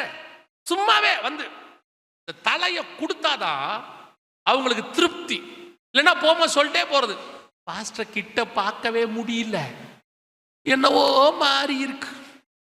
அவரு 1ஆம் தேதி பார்த்தீங்கன்னா பாவமா இருக்கும். 31ஆம் தேதி நைட்டு 10 மணிக்கு ஆராதனை ஆரம்பிக்கும், அப்படித்தானே? காலைல எத்தனை மணிக்கு முடியும்? 3 மணி 4 மணிக்கு முடிக்குமா? 2 மணிக்கு 3 மணிக்கு அவரே நைட்டெல்லாம் நின்று 2 ஆராதனையை நடத்தி கம்யூனியன் கொடுத்துட்டு மொத்த ஜீவனும் போய் நிற்பாரு. வரிசையா ஒரு கூட்டம் நிற்கும். நீங்க சவுண்ட் இல்லாம சொல்லி பாருங்க, தலையில அடிச்சுக்கிற மாதிரியே இருக்கும். அவர் முடிச்சுட்டு வீட்டுக்கு போறதுக்கு 6 மணி ஆகுது. அவருக்கு பிள்ளைகளை ஆசீர்வதிக்கணுங்கிறது ஆசைதான். நான் இப்ப அவர் இப்ப இன்னொரு பிரச்சனையும் இருக்கு. என்ன பிரச்சனை தெரியுமா? பாஸ்டர் தான் சொல்லி கூட்டு வந்துட்டார் போல. இப்ப அவர் என்ன நினைப்பாருன்னா, டே நான் உன்னை கடைசி காலத்தை பத்தி தான் பேச சொன்னேன், நீ இருக்கிற கூட்டத்தையும் கலைச்சிருவ போல. இல்ல, நான் பார்க்கறத உங்களுக்கு சொல்றேன். சபை வந்து ஆவிக்குரிய வாழ்க்கையில என்ன செய்யணும்? வளரணும். இன்னும் நீங்க எப்படி இருக்கீங்க? காலத்தை பார்த்தால் போதர்களாக இருக்க வேண்டியவர்கள் இப்போ என்னவா இருக்கியா? குழந்தைகளை போல. இப்போ சொல்றேன், ஜப குறிப்பு இருக்கு, உங்க பாஸ்டர்ட்ட போய் ஜெபம் பண்ணுங்க, தப்பே கிடையாது. சும்மாவாது எதுக்காவது. இன்னும் ஒரு படி அடுத்து நான் உங்களுக்கு சொல்றேன், நீங்கள் அற்புத அடையாளங்களை பெறுகிறவர்கள் அல்ல, அற்புத அடையாளங்களை செய்கிறவர்கள். ஏன்னா பைபிள் தெளிவா சொல்லுது, விசுவாசிக்கிறவர்களால் நடக்கிற அடையாளங்கள் ஆவன. நீங்க எல்லாம் அற்புத அடையாளங்களை செய்ய வேண்டியவங்க. உங்களை கொண்டு கர்த்தர் பெரிய காரியங்களை செய்யணும். கேட்டு பாருங்க, நான் 10 வருஷம் விசுவாசி, நான் 20 வருஷம் விசுவாசி, நான் 30 வருஷம் விசுவாசி, ரைட்டு. என்ன ஆயிருக்கு? ஆவிக்குரிய வளர்ச்சி என்ன வளர்ச்சி? அதுல ஒரு பெருமை வேற. பாஸ்டர் முதல்ல மதுராந்தகத்துக்கு வரும்போது நான் தான் கூட நின்னேன். அவர் வளர்ந்து இன்னைக்கு பாஸ்டர் ஆகி பெரிய ஆயிட்டார்ல, நீங்க என்ன ஆனிய? 3 சேர் உடைச்சது மிச்சம். 10ஆவதுக்கு ரிசர்வ் பண்ணி ஒரு இடத்த வச்சிருப்பீங்க சர்ச்சில், இது ஏன் இடம், அங்கதான் உட்காந்து நான் செய்தி கேட்பேன். ஏன் வேற இடத்துல உட்காந்தா கேட்க மாட்டீங்களா? இன்னைக்கு ஒரு குரூப் இருக்கு, நீங்க 30 வருஷமா சர்ச்சுக்கு வர்றது எங்களுக்கு ரொம்ப சந்தோஷம். என்ன வளர்ந்துருக்கீங்க? 12 வருஷம் பையன் ஸ்கூலுக்கு போனா ஹையர் செகண்டரி முடிக்கணும், 4 வருஷம் காலேஜ், 3 வருஷம் 4 வருஷம் காலேஜுக்கு போனா அந்த டிகிரியை முடிச்சிருக்கணும். 30 வருஷம் வந்திருக்கிய, என்ன முடிச்சிய? என்ன வளர்ந்துருக்கீங்க? இன்னும் எங்கேயாவது ஒரு போஸ்டரை பார்த்த உடனே வண்டி பிடிச்சிட்டு ஓடுறது. தீர்க்க தரிசனம் உரைக்கிறாராமா? அன்னைக்கு ஒருத்தர் சொல்றாரு, ஐயா அவர் தீர்க்க தரிசனத்தை புட்டு புட்டு வைக்கிறாரியா அப்படின்னாரு. நான் சொன்னேன், அவர் கன்னியாகுமரிக்காரரா இருப்பார். ஏன் அப்படின்னாரு, அதனால தான் அவர் புட்டு புட்டு வைக்கிறாரு. நீங்க சென்னைக்காரரை கூப்பிடுங்க, இட்லியா வைப்பாரு. இப்ப ஜாய்சன் வந்துட்டு போனார்ல, நீங்க வேணா அவரை கேட்டு பாருங்க, புட்டு புட்டா வைப்பாரு. என்ன தீர்க்க தரிசனத்துக்கு ஓடுறிய? நல்லா தெரிஞ்சுக்கொள்ளுங்க, தீர்க்க தரிசனம் என்பது சபையின் பக்தி விருத்திக்கு ஏதுவாய் இருக்குன்னு எபேசியர் சொன்னது. உங்களுக்கு தீர்க்க தரிசனம் உரைக்கணும்னு கர்த்தர் முடிவு பண்ணா, உங்கள் சபையிலேயே கர்த்தர் பேசுவதற்கு வல்லமை உள்ளவராய் இருக்கிறார். நீங்க பைபிள் வாசிக்கும் போது கர்த்தர் பேசுவார், நீங்க ஜெபிக்கும் போது கர்த்தர் பேசுவார். இதை விட்டுட்டு தீர்க்கதரிசிகளுக்கு பின்னாடி ஓடாதிய. ஏன்னா வெளியே நிற்கிறது ஆட்டுக்குட்டியா பாம்பு குட்டியான்னு உங்களுக்கு தெரியாது. அவங்களுக்கு உங்களை பத்தின கவலையும் கிடையாது. அதுவும் தீர்க்கதரிசியை பார்க்க 10,000 ரூபாய் கட்டணுமா? இயேசுநாதரே ஃப்ரீயா தீர்க்கதரிசனம் சொல்லிட்டு போயிட்டாரு. எலியா ஃப்ரீயா தீர்க்கதரிசனம் சொல்லி போயிட்டாரு. எலிசா கிட்ட காசு கொடுத்தாலும் வாங்க மாட்டேன்ட்டு போயிட்டான் நாகமானு கிட்ட. இப்ப இருக்க தீர்க்கதரிசிலாம் காசு கட்டினா தான் பார்க்கவே முடியுங்கிறாங்க. நீங்களும் காசு கட்டி பார்க்குறீங்க. அப்ப எந்த அளவுக்கு ஆயிட்டீங்க பாருங்க. ஆவிக்குரிய உலகம் எப்படி ஆயிடுச்சு பாருங்க. கேர்ஃபுல்லா இருந்து கொள்ளுங்க. கடைசி காலத்துல இப்படிப்பட்டவர்கள் வந்து கூடுமானால் தெரிந்து கொள்ளப்பட்டவர்களையும் வஞ்சிப்பார்கள் இருக்க. நீங்கள் எல்லாம் தெரிந்து கொள்ளப்பட்டவர்கள், முன்குறிக்கப்பட்டவர்கள், அழைக்கப்பட்டவர்கள், இயேசுவின் ரத்தத்தாலே கழுவி நீதிமான்களாக்கப்பட்டவர்கள். உங்களையும் வஞ்சிக்கிற காரியங்கள் வரும். நீங்க ரொம்ப நினைச்சுக்காதீங்க, நான்லாம் 30 வருஷம் விசுவாசின்னு. எங்க பிசாசு யாரை வச்சு ஏமாத்துவான்னு தெரியாது. ரொம்ப கேர்ஃபுல்லா இருந்து கொள்ளுங்க. கடைசியா ஒரு காரியம், ஒரு எவிடன்ஸ், அதுக்கு எச்சரிக்கை இருக்க சொல்லி இயேசு சொல்றாரு. அதை சொல்லிட்டு நான் ஜோம் பண்ணி பாஸ்டர் சொன்ன நேரத்துக்கு முடிச்சிருவேன். வாசிங்க 24ஆம் அதிகாரம் மத்தேயு எழுதின சுவிசேஷம் 6வது வசனத்தை வாசிங்க. 24:6 வாசிங்க.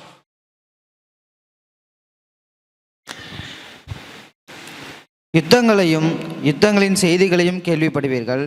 கலங்காதபடி எச்சரிக்கையாய் இருங்கள். இவைகள் எல்லாம் சம்பவிக்க வேண்டியதே, ஆனாலும் முடிவு உடனே வராது. நல்லா கவனிங்க. யுத்தங்களையும் யுத்தங்களின் செய்திகளையும் கேள்விப்படுவீர்கள், கலங்காதபடிக்கு எச்சரிக்கையாயிருங்கள். எந்த யுத்தத்தை இயேசு சொல்லுகிறார்? கவனிங்க, இதான் ரொம்ப முக்கியம். இப்போ இது நடந்துட்டு இருக்குது. இப்போ நாம் அந்த காலத்துக்குள்ளே இருக்கிறோம். ரொம்ப முக்கியமான இப்போ நீங்கள் எவிடன்ஸ் பார்க்குற விஷயம் இது. யுத்தங்களையும் யுத்தங்களின் செய்திகளையும் கேள்விப்படுவீர்கள், கலங்காதபடிக்கு எச்சரிக்கை. எந்த யுத்தத்தை இயேசு சொல்றாரு அப்படின்னு கேட்டிங்கன்னா, கடைசி காலத்தில் நடக்க வேண்டிய யுத்தம். எசேக்கியேல் புஸ்தகம் 38ஆம் அதிகாரம் 8வது வசனத்தை வாசிங்க. எசேக்கியேல் 38:8 வாசிங்க.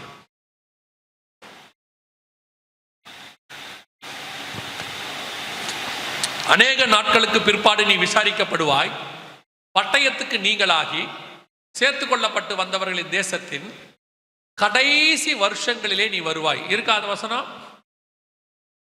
இருக்கா இல்லையா? இருக்கா? அந்த இடத்துல வசனம் தெளிவா இருக்கு.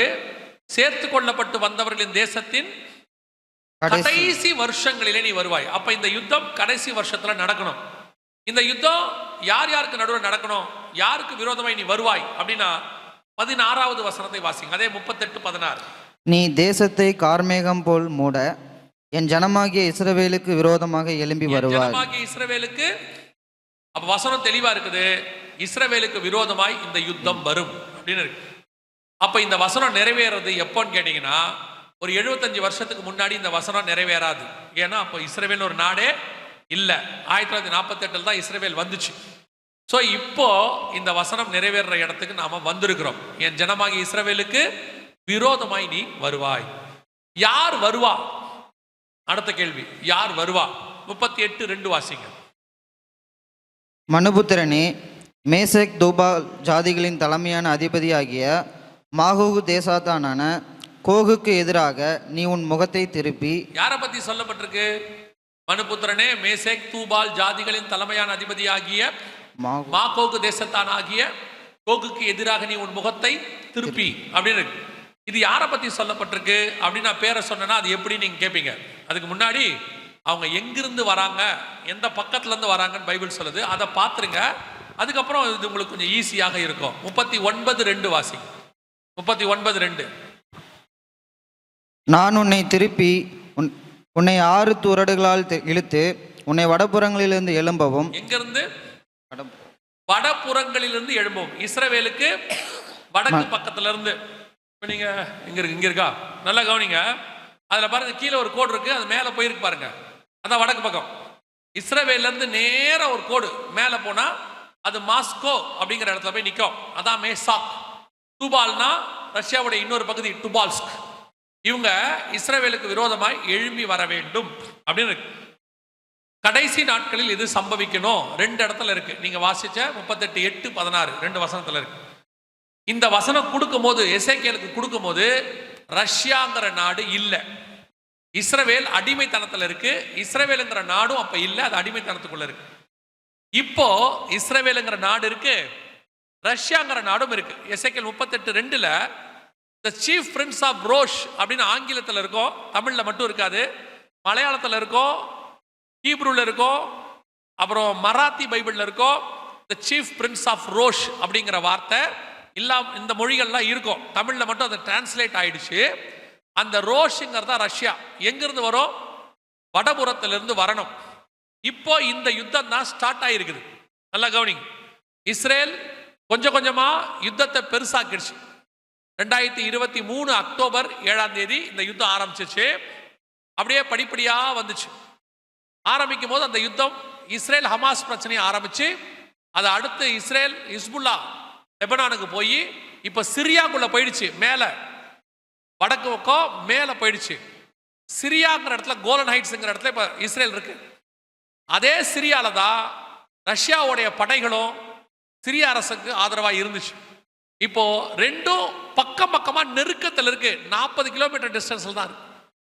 எப்ப வேணாலும் இந்த ரஷ்யா இஸ்ரேல் பிரச்சனை சண்டை அவங்க 2 பேரும் சண்டை போறது. ஆனா இந்த யுத்தம் ஆரம்பிச்சாச்சு. 3rd வேர்ல்டு வார் ரெடி ஆயிடுச்சு. ஸோ இப்போ இந்த யுத்தம் 3ஆம் உலக யுத்தமாக மாறும். அடுத்த 2025-26 எல்லாம் பஞ்சங்களும் இந்த யுத்தத்தினுடைய தான வெளிப்பாடுகளாக இருக்கும். மிகப்பெரிய யுத்தம் நடக்கும். உலகத்தினுடைய காரியங்களை தலைகீழாக மாற்றக்கூடியதாக இருக்கும். இதை நான் சொல்லிக்கிட்டு இருந்தோம், எங்களை பயமுறுத்துறார். இப்ப எல்லாரும் சொல்றாங்க, அரசாங்கங்களே சொல்லிருச்சு. பின்லாந்து, ஸ்வீடன் அரசாங்கம், ஜெர்மனி எல்லாருமே தேர்ட் வேர்ல்டு வார் ஸ்டார்ட் ஆயிடுச்சு, சாப்பாடு 6 மாசத்துக்கு வாங்கி வச்சுக்கோங்க அவங்க மக்களுக்கு சொல்லிட்டாங்க. ஜெர்மனி பெரிய பெரிய பில்டிங்கை எல்லாம் பங்கர்ஸா யூஸ் பண்ண சொல்லி அனௌன்ஸ் பண்ணிட்டாங்க. இப்போ தேர்ட் வேர்ல்டு வார்க்கான மிக முக்கியமான இடத்தில் நாம் இருக்கிறோம். இந்த யுத்தம் தான் இயேசு சொன்ன யுத்தங்களையும் யுத்தங்களின் கடைசி காலத்தில் நடக்க வேண்டிய யுத்தம். குறிப்பா பர்டிகுலர் வேர்ட் நீங்க எசேக்கியேல் 38:8 என் ஜனமாகிய இஸ்ரவேலுக்கு விரோதமாய் வருவாய்னு நிறுத்துனீங்கல்ல, அந்த நிறுத்தின இடத்துல இருந்து வாசிங்க பார்ப்போம். நீ தேசத்தை கார்மேகம் போல் மூட என் ஜனமாகிய இஸ்ரவேலுக்கு விரோதமாய் வருவாய்.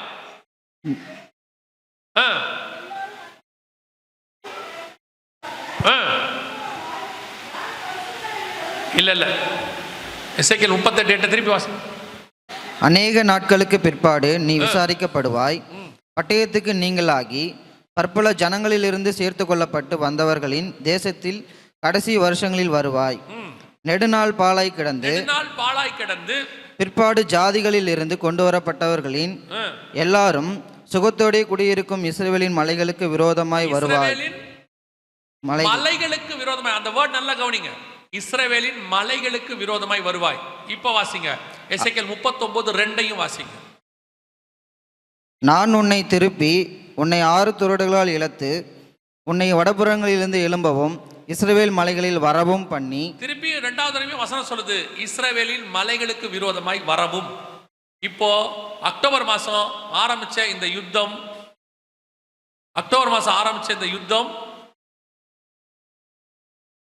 எங்க இருக்குன்னு கேட்டீங்கன்னா, அது பக்கத்திலே வைக்க வேண்டியதானே. கவனிங்க, இது இஸ்ரவேல் மலைகளுக்கு விரோதமாய் ஆரம்பித்த யுத்தம். இதுக்கு பேரு ஆபரேஷன் அல் அக்ஸா ஃப்ளட் அப்படின்னு கொடுத்துருக்காங்க பாருங்க. போன அக்டோபர் 7, 2023 இந்த அல் அக்ஸா ஃப்ளட்னா என்னன்னா, டெம்பிள் மவுண்ட் அப்படிங்கிறதான அந்த மலையில் இருக்கிற மாஸ்க் எங்களுக்கு வேணும்னு ஹமாஸ் யுத்தத்தை ஆரம்பிச்சாங்க. இந்த யுத்தம் ஆரம்பிச்ச இடம் மலை, மறந்துடக்கூடாது. இந்த யுத்தம் ஆரம்பிச்ச இடம் மலைகளுக்கு விரோதமாய் ஆரம்பிச்சிச்சு. இப்போ அந்த மலையும் இஸ்ரவேல் இன்னைக்கு போய் பிடிச்சிருக்க, நேத்து இன்னைக்கும் கோலன் ஹைட்ஸ், அது ஒரு மலை சிரியால. இந்த 2 மலையையும் மீட்கணும்னு சிரியா கிளர்ச்சிக்காரங்க இப்ப சொல்லியிருக்கிறாங்க, நேத்து அனௌன்ஸ் பண்ணியிருக்கிறாங்க, நாங்க சிரியாவை பிடிச்சிருக்கிறோம், இப்ப எருசலேமில் வந்து இந்த இடத்தை நாங்க பிடிப்போம்னு அனௌன்ஸ் பண்ணியிருக்கிறாங்க. இதுக்கு ரஷ்யா உதவி செய்ய ஆரம்பிச்சு இது இஸ்ரேல் ரஷ்யா பிரச்சனையாக மாற போகுது. நல்லா கவனிச்சு கொள்ளுங்க. இப்ப கடைசி நாட்களில் மிக முக்கியமாக மலைகளுக்கு விரோதமான யுத்தம் ஸ்டார்ட் ஆயிடுச்சு. இதுவரைக்கும் நடந்தது எல்லாம் தேசத்துக்கான தலைநகருக்கான யுத்தம், இதான் மலைக்கான யுத்தம். எசேக்கியேல் 38, 39 2 அதிகாரத்திலையும் 8வது வசனம் 2வது வசனம் மிக தெளிவாய் இருக்கு. ஆண்டவர் சொன்ன யுத்தமும் யுத்தங்களின் செய்திகளையும் கேட்க தொடங்கி விட்டீர்கள். 1 வருஷமா கேட்குறீங்க. இப்ப எல்லாரும் என்ன சொல்றாங்கன்னா, இது அடுத்த கட்டத்துக்கு போகுது, நியூக்ளியர் வாருக்கு போகுதுன்னு. எசேக்கியேல் 38, 39 நியூக்ளியர் வார் பத்தியும் இருக்கு. இதெல்லாம் எதுக்கு நமக்கு சொல்லுது? மிக தெளிவாக ஒன்று புரிகிறது. இயேசு சொன்ன கடைசி கால யுத்தம், சபை எடுத்துக்கொள்ளப்படுகிற காலத்தில் வரவேண்டிய யுத்தம் வந்துருச்சு. ஏன்னா இது 8 வசனத்துக்குள்ள இருக்கு. மத்திய 24 8 வசனத்துக்குள்ள இருக்கு. இது முடியும் போதுதான், அதாவது அந்த 8 வசனம் முடியறத சொல்றேன், யுத்தம் இல்ல. அந்த 8 வசனம் முடியும் போது வசனம் தெளிவா சொல்லுது, வேதனைகள் ஆரம்பிக்கும். நாம என்ன விசுவாசிக்கிறோம்னா, அந்த வேதனை ஆரம்பிக்கிறதுக்கு முன்னாடி வருகை இருக்கும் என்று விசுவாசிக்கிறோம். பைபிள் அப்படிதான் சொல்லுது. உபத்திரவ காலத்துக்கு முன்னாடி ஆண்டவர் சபையை எடுத்துக்கொண்டு போவார். இப்ப நம்ம கண்ணுக்கு முன்னாடி மிக முக்கியமான இடத்துக்கு நாம் வந்து விட்டோம். ஆண்டவர் சொன்னபடி துல்லியமாக கடைசி காலத்தினுடைய மிக முக்கியமான இடத்துக்கு நாம வந்து சேர்ந்துட்டோம். நம்ம கண்ணுக்கு முன்னாடி யுத்தம் ஆரம்பிச்சிருச்சு. இந்த யுத்தம் தான் அடுத்த 2-3 வருஷத்துக்கு, இன்னும் குறிப்பா சொல்லணும்னா, நான் உங்களுக்கு ஒரு டென்டேட்டிவா சொல்றேன், இதுதான் அடையாளம் அப்படிலாம் இல்ல, ஒரு டென்டேட்டிவா சொல்றேன். இன்னும் சில வருஷம் 2030க்குள்ள நாம் முழுவதும் சுவிசேஷம் சொல்லி முடிக்க வேண்டிய இடத்துக்கு நம்ம வந்துட்டோம். ஏன்னா இந்த யுத்தம் பெரிய அளவில் போகும்போது நம்மளால போய் சுவிசேஷமே வெளியே சொல்ல முடியாது. அந்த அளவுக்கு யுத்தம் துணிகரம். இப்போ நீங்க பாத்தீங்க இல்லையா, கொரோனா வந்துச்சு, வெளியே போக முடியல. கொரோனா விட மோசமான கிருமி ஒன்று வருது, அவங்கள அனௌன்ஸ் பண்ணியிருக்கிறாங்க. யாரு? இவங்களே சொல்லியிருக்கிறாங்க. WHO சொல்லியிருக்கு, கொரோனாவை விட மோசமான கிருமி ஒன்று வருகிறது, 20 மடங்கு சக்தி வாய்ந்தது. இவங்களே அனௌன்ஸ் பண்ணியிருக்கிறாங்க. ஒரு பக்கம் யுத்தம், ஒரு பக்கம் இந்த மாதிரி கொள்ளை நோய்கள், ஒரு பக்கம் பஞ்சம், ஒரு பக்கம் பூமி அதிர்ச்சிகள். இதெல்லாம் ஒன்னா சேரும் போது மிகப்பெரியதான பேரழிவு சபை எடுத்துக்கொள்ளப்படுகிற காலத்தில் நடக்கணும். இதுக்கு நடுவுல கர்த்தர் சொன்னபடி பல காரியங்கள் நடந்துகிட்டே இருக்கு. இப்ப நாம ஆயத்தமா இருக்கிறோமா? இதான் கேள்வி. ஆண்டவர் சொன்னபடி இது துல்லியமா நடக்க ஆரம்பிச்சிருச்சு. கர்த்தருடைய வார்த்தைகளில் ஒன்றும் தவறி போகவில்லை. 100%. 2500 வருஷத்துக்கு முன்னாடி எழுதுனது நம்ம கண்ணுக்கு முன்னாடி நடக்குது. இப்போ இங்க இருக்கக்கூடியதான இந்த மாஸ்கை சுத்தி தான் சண்டை நடக்கும். அந்த மாஸ்கை யார் கைப்பற்ற போறாங்க என்பதுதான் கேள்வி. அதனுடைய முடிவை நீங்கள் பார்ப்பீர்கள். அந்த இடத்துல தான் 3வது தேவாலயம் வரணும். இப்ப தேவாலயத்துக்கான எல்லா கருத்தையும் அவங்க கொண்டு வந்துட்டாங்க. இந்த தேவாலயத்தை கட்டி கொடுக்கிறவனா தான் அந்தி கிறிஸ்து வருவான். அவன் தான் பரிசுத்த ஸ்தலத்துல வந்து நிற்பான். அவன் வருவதற்கு முன்பதாக உங்களை என்னையும் மீட்க வருவேன் என்று இயேசு வாக்கு பண்ணி இருக்கிறார்.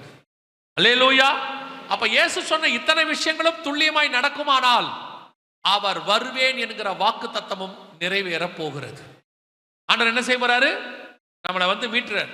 இத்தனை வருஷம் காத்திருந்த காத்திருக்குதல் முடிவுக்கு வரப்போகிறது. இதெல்லாம் ஒரு பக்கம் இருக்கட்டும். இயேசு வரப்போவது உண்மை, அடையாளங்கள் நடக்குது, எல்லாம் ஓகே. நீங்களும் நானும் அந்த வருகையில் போவோமா? அதான் கேள்வி. இயேசு என்ன சொல்ற ஒரு வார்த்தை, அதுல யுத்தங்களின் செய்திகளையும் கேள்விப்படுவீர்கள், கலங்காதபடிக்கு எச்சரிக்கையா இருங்கள். எப்படி இருப்பீங்க? எப்படி பயப்படாம இருப்பீங்க? வசனம் சொல்லுது, கலங்காதபடிக்கு எச்சரிக்கையா இருங்கள். எப்படி பயப்படாம இருக்கிறது?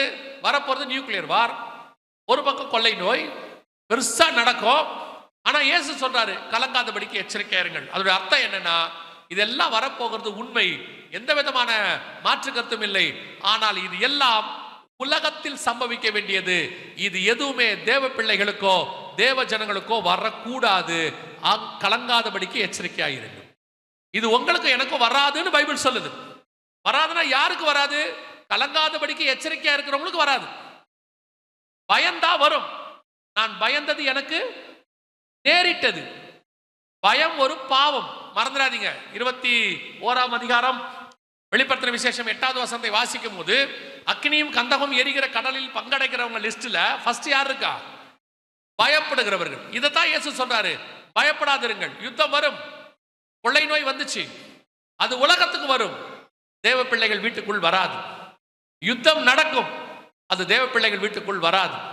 பஞ்சம் வரும், ஆனால் நம் வீட்டில் ஆகாரம் கர்த்தர் கொடுத்திருப்பார். இந்த விசுவாசம் நமக்கு வேணும். விசுவாசித்தால் தேவனுடைய மகிமையை நீங்கள் காண்பீர்கள். இப்ப நடக்க போறதெல்லாம் உண்மைதான். பயப்படாம இருப்பீங்களா?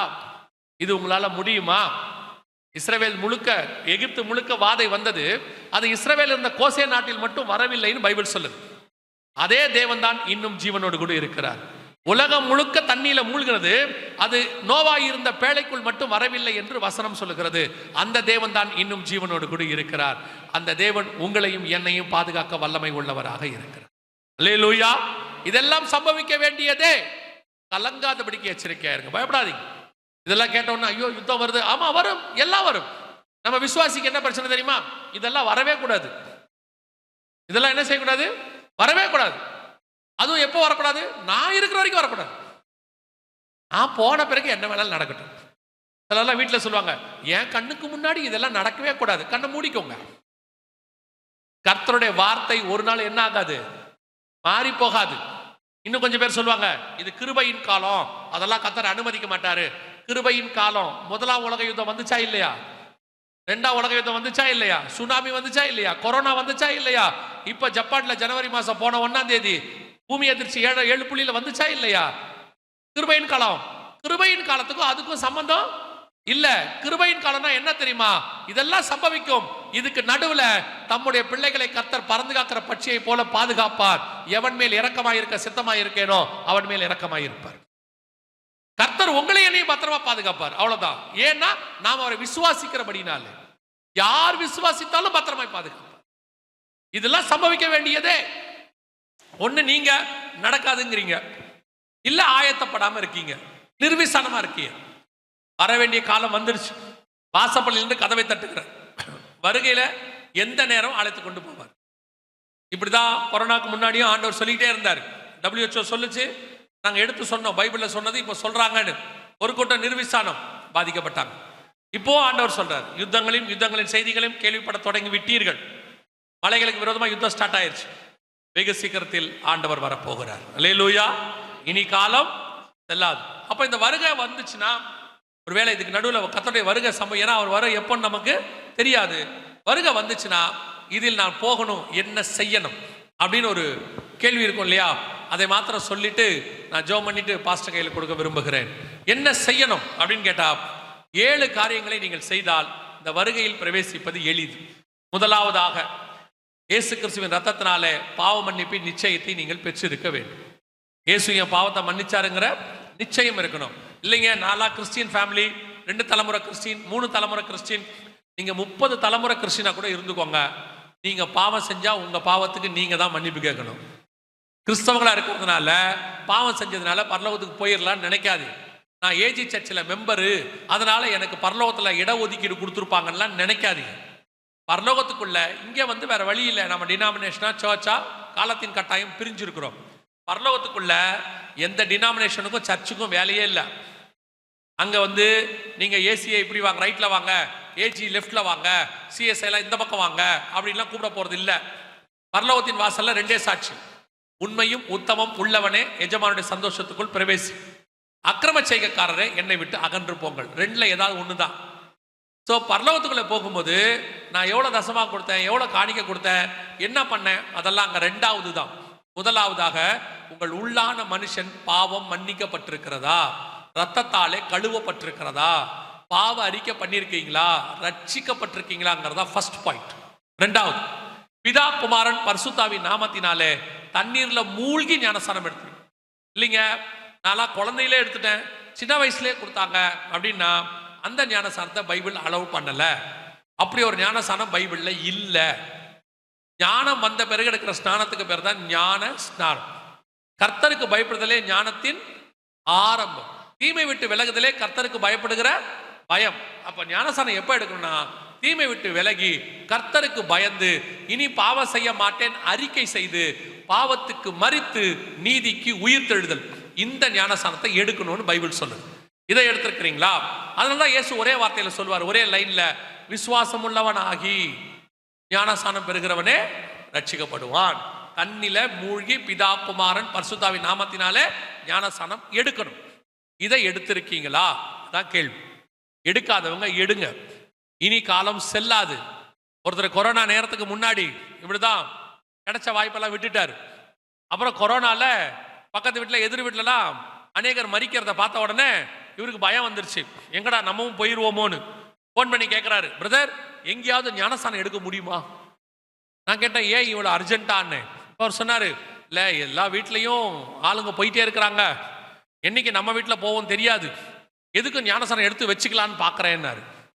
நான் சொன்னேன், அப்படிலாம் எடுக்க முடியாது, சபை திறக்கிற வரைக்கும் நீங்கள் வெயிட் பண்ணுங்க. எப்போ திறக்கும் தெரியாது, கவர்மெண்ட் சொன்னால் தான் திறக்கும் அப்படின்னு. என்ன பிரதர் பொறுப்பு இல்லாமல் பேசுறீங்கன்னாரு. நான் சொன்னேன், சபை திறந்துருந்துச்சு, தொட்டி நிறைய தண்ணி இருந்துச்சு, எத்தனை ஊழியக்காரங்க தலை கிடைக்குமான்னு தேடினாங்க, நீங்க வரல, இப்ப என்னதான் பண்ணணும்னாரு. சாகாம பார்த்துக்கோங்கன்னு சொன்னேன். வாய்ப்பு இருக்கும் போது கொடுக்கும் போது சபையில என்ன செய்யணும், அதை பயன்படுத்தணும். அதுக்கு 1008 காரணம். கள்ளம் எடுத்தானா, நான் எடுக்கணுமா? கள்ளம் எடுக்கல, பக்கத்துல இருந்த இயேசுநாதர் எடுத்தாரா இல்லையா? நீ ஏன் திருடனை பார்க்குற, நல்லவரை பார்க்க வேண்டியதானே? நீ நல்லவனா இருந்தா இயேசுநாதரை பாரு, நீயும் திருடனா இருந்தா திருடனே பாரு. இயேசுநாதர் ஞானஸ்நானம் எடுத்திருக்காரு, அது கண்ணுக்கு தெரியல. கள்ளம் எடுத்தானா? ஒரு குரூப் கேட்டுக்கிட்டு இருக்கு. கள்ளம் எடுக்கல, அவன் பரலோகத்துக்கும் போல, ஆவிகள் இளைப்பாடுகிற பரதீசிக்கு போனான். ஆனா உங்களுக்கு எனக்கும் வாக்கு தத்தம் பண்ணினது பரலோகம். அது உள்ள பிரவேசிக்கணும்னா தண்ணியில மூழ்கி ஞானஸ்நானம் எடுக்கணும். 3வது, எபேசியர் 4:30 சொல்லுது, மீட்கப்படும் நாளுக்கென்று முத்திரையான பரிசுத்தாவின் அபிஷேகத்தை பெற்றிருக்கணும். சபையில் நடக்கிற அபிஷேகத்தில் கலந்து கொள்ளுங்க. சிலர் சொல்லுவாங்க ஆவியானவர்லாம் இல்லைம்பாங்க. பரிசுத்தாவியை பெற்ற நாங்கள் சொல்லுகிறோம், ஆவியானவர் உண்டு. அவர்தான் சபையின் மூத்த போதகராய் இருக்கிறார். அவர்தான் சபையை நடத்துகிறார். அவர்தான் சபையை கொண்டு போய் பரலோகத்தில் சேர்க்க போகிறார். அல்லேலூயா. 4வது, வேறுபாடு உள்ள வாழ்க்கை. அப்போஸ்தலர் 2:40 சொல்லுது, மாறுபாடான சந்ததியை விட்டு விலகி உங்களை ரட்சித்துக் கொள்ளுங்கள். உலகத்துக்கும் உங்களுக்கும் ஒரு வேறுபாடு இருக்கணும். உலகத்துக்கு ஒத்த வேஷம் தரிக்க கூடாதுன்னு இருக்கு. இன்னைக்கு சபை உலகத்தோடு கூட இணைய தொடங்கி இருக்கு. அதான் பைபிள் சொல்லுது, தேவபுத்திரர் மனுஷகுமார்த்திகளோடு கூட இணையிறாங்களாம். கர்த்தருக்கு அது व्यसனமா இருந்துச்சாம். என் ஆவி போராடுதுன்றார். உலகத்தோடு கூட இணையக்கூடாது. கடைசி நாட்கள்ல சபையில் இருக்கிற வாலிப பிள்ளைகள், வாலிப பசங்க உலகத்துல வேலைக்கு போகும்போது, அந்த கம்பெனியில போகும்போது, காலேஜுக்கு போகும்போது, அங்க இருக்கிறவங்கள பார்க்கும்போது தேவபுத்திரர் மனுஷகுமார்த்தியை பார்க்கறான், உலகத்தை பார்க்கறான். அது அதிக சௌந்தரியம், பார்க்கறதுக்கு பயங்கரமா இருக்கு. ஓ வந்து சொல்றான், அப்பா அம்மாட்ட கட்டினா அதைத்தான் கட்டுவேன், இல்ல செத்து போவேன், அவன் சாவ மாட்டான். அப்பா அம்மா பயப்படுறாங்க, ஐயோ பையன் செத்துற போறான்னு. கட்டி வச்சிங்கன்னா டெய்லி சாவான். அவனுக்கு தெரியாது, கட்டின பிறகு டெய்லி சாவான். அப்புறம் அவனே வந்து பாவரிக்கை பண்ணுவான், தெரியாம பண்ணிட்டேன், எவ்வளோ சொன்னாங்க நான் கேட்கல. எவன் கேட்கறான் சொன்னா. ஒரு பிள்ளை சொல்லுச்சு, இவர் ஒருத்தரை என்னால ஆண்டவர்கள் நடத்த முடியாதா? நான் பிலீவரை கல்யாணம் பண்ண போச்சு. நம்ம சென்னையில தான். இவரை என்னால கல்யாணம் பண்ண முடியும், நான் ஆண்டவர்களை நடத்த மாட்டேன்னா. எங்க அப்பா, அவங்க அப்பா பிலீவர், எவ்வளவு பேர் ஆண்டவர்களை நடத்தி இருக்கிறாரு. கடைசியில அது ஆத்மாதாயமாய் போயிடுச்சு, ஆண்டவரோட தூரம் போயிடுச்சு. எதுக்கு சொல்றேன், நல்லா கவனிச்சு கொள்ளுங்க. வேதம் தெளிவா சொல்லுது, உலகத்தோடு கூட சபை இணைய கூடாது. ரெண்டாவது, இந்த உலகத்தில் இருக்கிற காரியத்தை சபைக்குள்ள கொண்டாடாதீங்க. அவன் ஆடுற ஆட்டம், அவன் பாடுற பாட்டு, அவன் குதிக்கிற மாதிரி குதிக்கிறது, அவனை மாதிரி ட்ரெஸ் போட்டுக்கிறது. நமக்குன்னு ஒன்று கத்தர் வச்சிருக்கிறார், அதைத்தான் நாம் செய்யணும். நாம் அழைக்கப்பட்டது உலகத்தின் சாயலை தரித்து கொள்ளும்படி அல்ல, குமாரனின் சாயலுக்கு ஒப்பாய் இருக்கும்படி. அதான் ரொம்ப முக்கியம். பவுல் தெளிவா எழுதுறாரு, எல்லாவற்றையும் அனுபவிக்க எனக்கு அதிகாரம் உண்டு, எல்லாமும் எனக்கு தகுதியாயிராது. அதான் ரொம்ப முக்கியம். இன்னைக்கு அப்படியே சர்ச்சில் ஆராதனை எப்படி நடக்கணுங்கிறான், சினிமாக்காரன் ஆடுற மாதிரி ஆடணுங்கிறான். அதெல்லாம் இங்க முடியாது. இது பரலோகத்தின் ஆராதனைக்கு ஒத்த ஆராதனையா தான் இருக்கணும், உலகத்தின் ஆராதனைக்கு ஒத்த ஆராதனையா இருக்காது. இன்னைக்கு அவங்க என்ன செய்யறாங்க, உடனே அப்படின்னா அதே மாதிரி ஆடுற ஆட்கள்கிட்ட நான் போவேன், போ ஒரு நாள் காணாம போவேன். சில இடத்துல கடினமாக தான் இருக்கும், ஆனால் அது முடிவு பரிந்தும் உன்னை கொண்டு போய் சேர்க்கும். சிலருக்கு பின்னாடி போன காணாம போயிடுவேன். கேர்ஃபுல்லாக இருந்து கொள்ளுங்க. அஞ்சாவது, சுவிசேஷம் அறிவித்தல் உங்கள் மேல் விழுந்த கடமை. You must preach gospel. நீங்க ரட்சிக்கப்பட்டீங்கன்னா காஸ்பல் சொல்லுவீங்க. ஏன் தெரியுமா, ரட்சிக்கப்பட்ட உடனே உங்களுக்குள்ள ஒரு சந்தோஷம் வரும், அதற்கு பேர் ரட்சண்ய சந்தோஷம். அதோடைய சுபாவம் என்னன்னா, யாருக்கிட்டையாவது சொல்லும். அப்படி சொல்லலைன்னா அந்த அந்த சந்தோஷம் உங்களுக்குள்ள வரலன்னு அர்த்தம். இந்த சந்தோஷம் வந்துச்சுன்னா யார்ட்டையாவது சொல்லுவீங்க சுவிசேஷம். அந்த சுவிசேஷம் அறிவிக்கிறது உங்க மேல் விழுந்த கடமை. சொல்லாவிட்டால் உங்களுக்கு ஐயோ அப்படின்னு இருக்கு. இன்னொன்னு சொல்றேன், பரலோகத்துக்கு போகும்போது நீங்க இந்த பூமியில இருந்து கொண்டு போக போறது ஒன்னே ஒண்ணுதான், நீங்கள் சம்பாதிக்கிற ஆத்மா மட்டும். ரெண்டாவது உங்க ஆத்மா மட்டும், வேற எதுவுமே வராது. எவ்வளவுக்கு எவ்வளவு ஆத்மா கொண்டு போக முடியுமோ அவ்வளவுக்கு எவ்வளவு சுவிசேஷம் சொல்லுங்க. காலம் ரொம்ப நெருங்கிருச்சு, ரொம்ப ஷார்ட் டைம். எவ்வளவுக்கு எவ்வளவு கொள்ளை பொருளை ஆத்துமாக்களை அள்ள முடியுமோ அவ்வளவுக்கு சொல்லுங்க. அந்த புக்கு போட்டிருக்கிறாங்க, போய் சொல்லணும், 100 பேர் கொடுக்கணும்னு சொல்லியிருக்கிறாங்க. ஜபத்தோட செய்யுங்க. நீங்கள் போகிற இடங்களிலே கர்த்தர் திறந்த வாசலை கட்டளையிடுவதற்கு வல்லமை உள்ளவராய் இருக்கிறார். ஆறாவது, இயேசு வருவார் என்பதை ஒவ்வொரு நாளும் விசுவாசிக்கணும், எதிர்பார்த்து காத்திருக்கணும். இன்னைக்கு வந்தாலும் நான் இயேசு போவேன், அந்த எதிர்பார்ப்பு இருக்கணும். ஆவியும் மனவாட்டியும் வா என்பார்கள், காத்திருக்கிற அனுபவம். இந்த செய்தி கேட்டோம், கொஞ்ச நாள் இருந்துச்சு, அப்புறம் அந்த வருகையை மறந்துடுறது. நம்ம டெஸ்டினேஷன், நம்முடைய முடிவு, நம்மளை அழைச்சது எல்லாமே வருகைக்காக மட்டுமே. அல்லேலூயா. கடைசியா ஏழாவது, முடிவு பரியந்தம் நிலை நிற்கிறவனே ரட்சிக்கப்படுவான். இந்த ஆறிலும் முடிவு பரியந்தம் என்ன செய்யணும், நிக்கணும். எடுத்த அடைந்த ரட்சிப்பு, எடுத்த ஞானஸ்நானம், பெற்றுக்கொண்ட அபிஷேகம், வாழ்ற வேறுபாடுள்ள வாழ்க்கை, சொல்ற சுவிசேஷம், விசுவாசிக்கிற வருகை, இந்த ஆறிலும் கடைசி வரைக்கும் நின்னீங்கன்னா கர்த்தருடைய வருகையிலே பிரவேசிப்பது எளிது. அல்லேலூயா. ஆண்டவர் வரப்போகிறார், இனி காலம் செல்லாது. நாம் ஏந்திரிப்போமா? நாம் ஜெபிக்க போகிறோம். ஒரு 2 நிமிஷம் மாத்திரம் நான் ஜெபித்து பாஸ்டர் கையில் கொடுக்குறேன், தொடர்ந்து அவங்க நடத்துவாங்க. சீக்கிரம் ஏந்திரிப்போமா?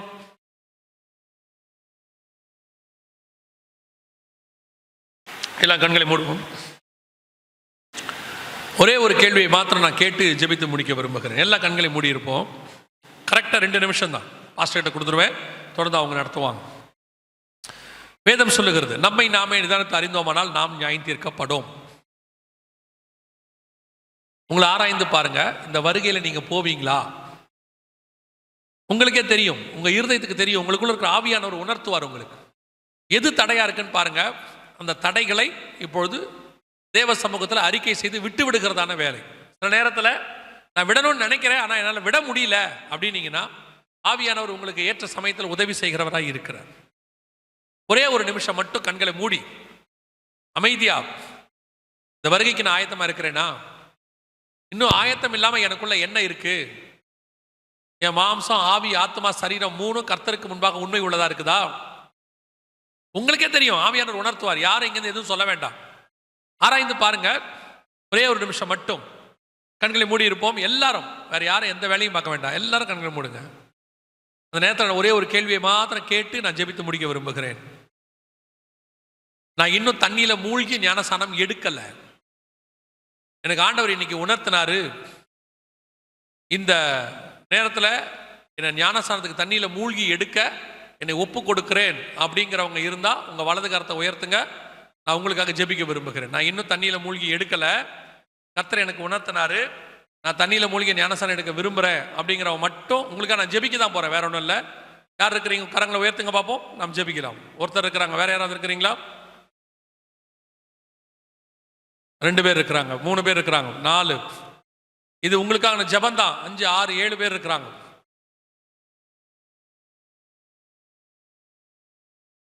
சரி, கரங்களை வைத்து இருக்கிறவங்க வேற யாராவது இருக்கிறீங்கன்னா நான் உங்களுக்காக ஜெபிக்க போகிறேன் இப்பொழுது. இல்லை, மற்றவங்க எல்லாம் கண்களை மூடி உங்களுக்காக ஒரு நிமிஷம் மட்டும். சர்வ வல்லமையுள்ள எங்கள் ஆண்டவரே, இந்த கரங்களை உயர்த்தி ஸ்நானத்துக்கு ஒப்பு கொடுத்து ஆண்டவரே இன்னைக்கு ஒப்பு கொடுத்து ஜெபித்து கொண்டிருக்கிற ஒவ்வொருத்தருக்காக நாங்கள் ஜெபிக்கிறோம். கிருபையுள்ள கரத்தில் தாழ்த்துகிறோம். சீக்கிரத்தில் இதை எடுக்க கர்த்தர் கிருபை பாராட்டுங்க. இவர்கள் நிமித்தம் பரலோகத்தில் மிகுந்த சந்தோஷம் உண்டானபடினாலும் நமக்கு நன்றி ஆண்டவரே. ஆண்டவரே, இங்கே ஜெபித்து கொண்டிருக்கிற ஒவ்வொருத்தருக்காக நாங்கள் ஜெபிக்கிறோம். நீர் வரும்பொழுது இங்கே பார்க்கிற இந்த கூட்டம் அப்படியே வருகையிலும் காணப்பட கர்த்தர் கிருபை தருவீராக. மகிமை மூடிக்கொள்ளட்டும். ஊழியக்காரருக்காக ஊழியங்களுக்காக ஸ்தோத்திரம். கர்த்தர் ஆசீர்வதிப்பீராக. இயேசு கிறிஸ்துவின் நாமத்தில் பிதாவே.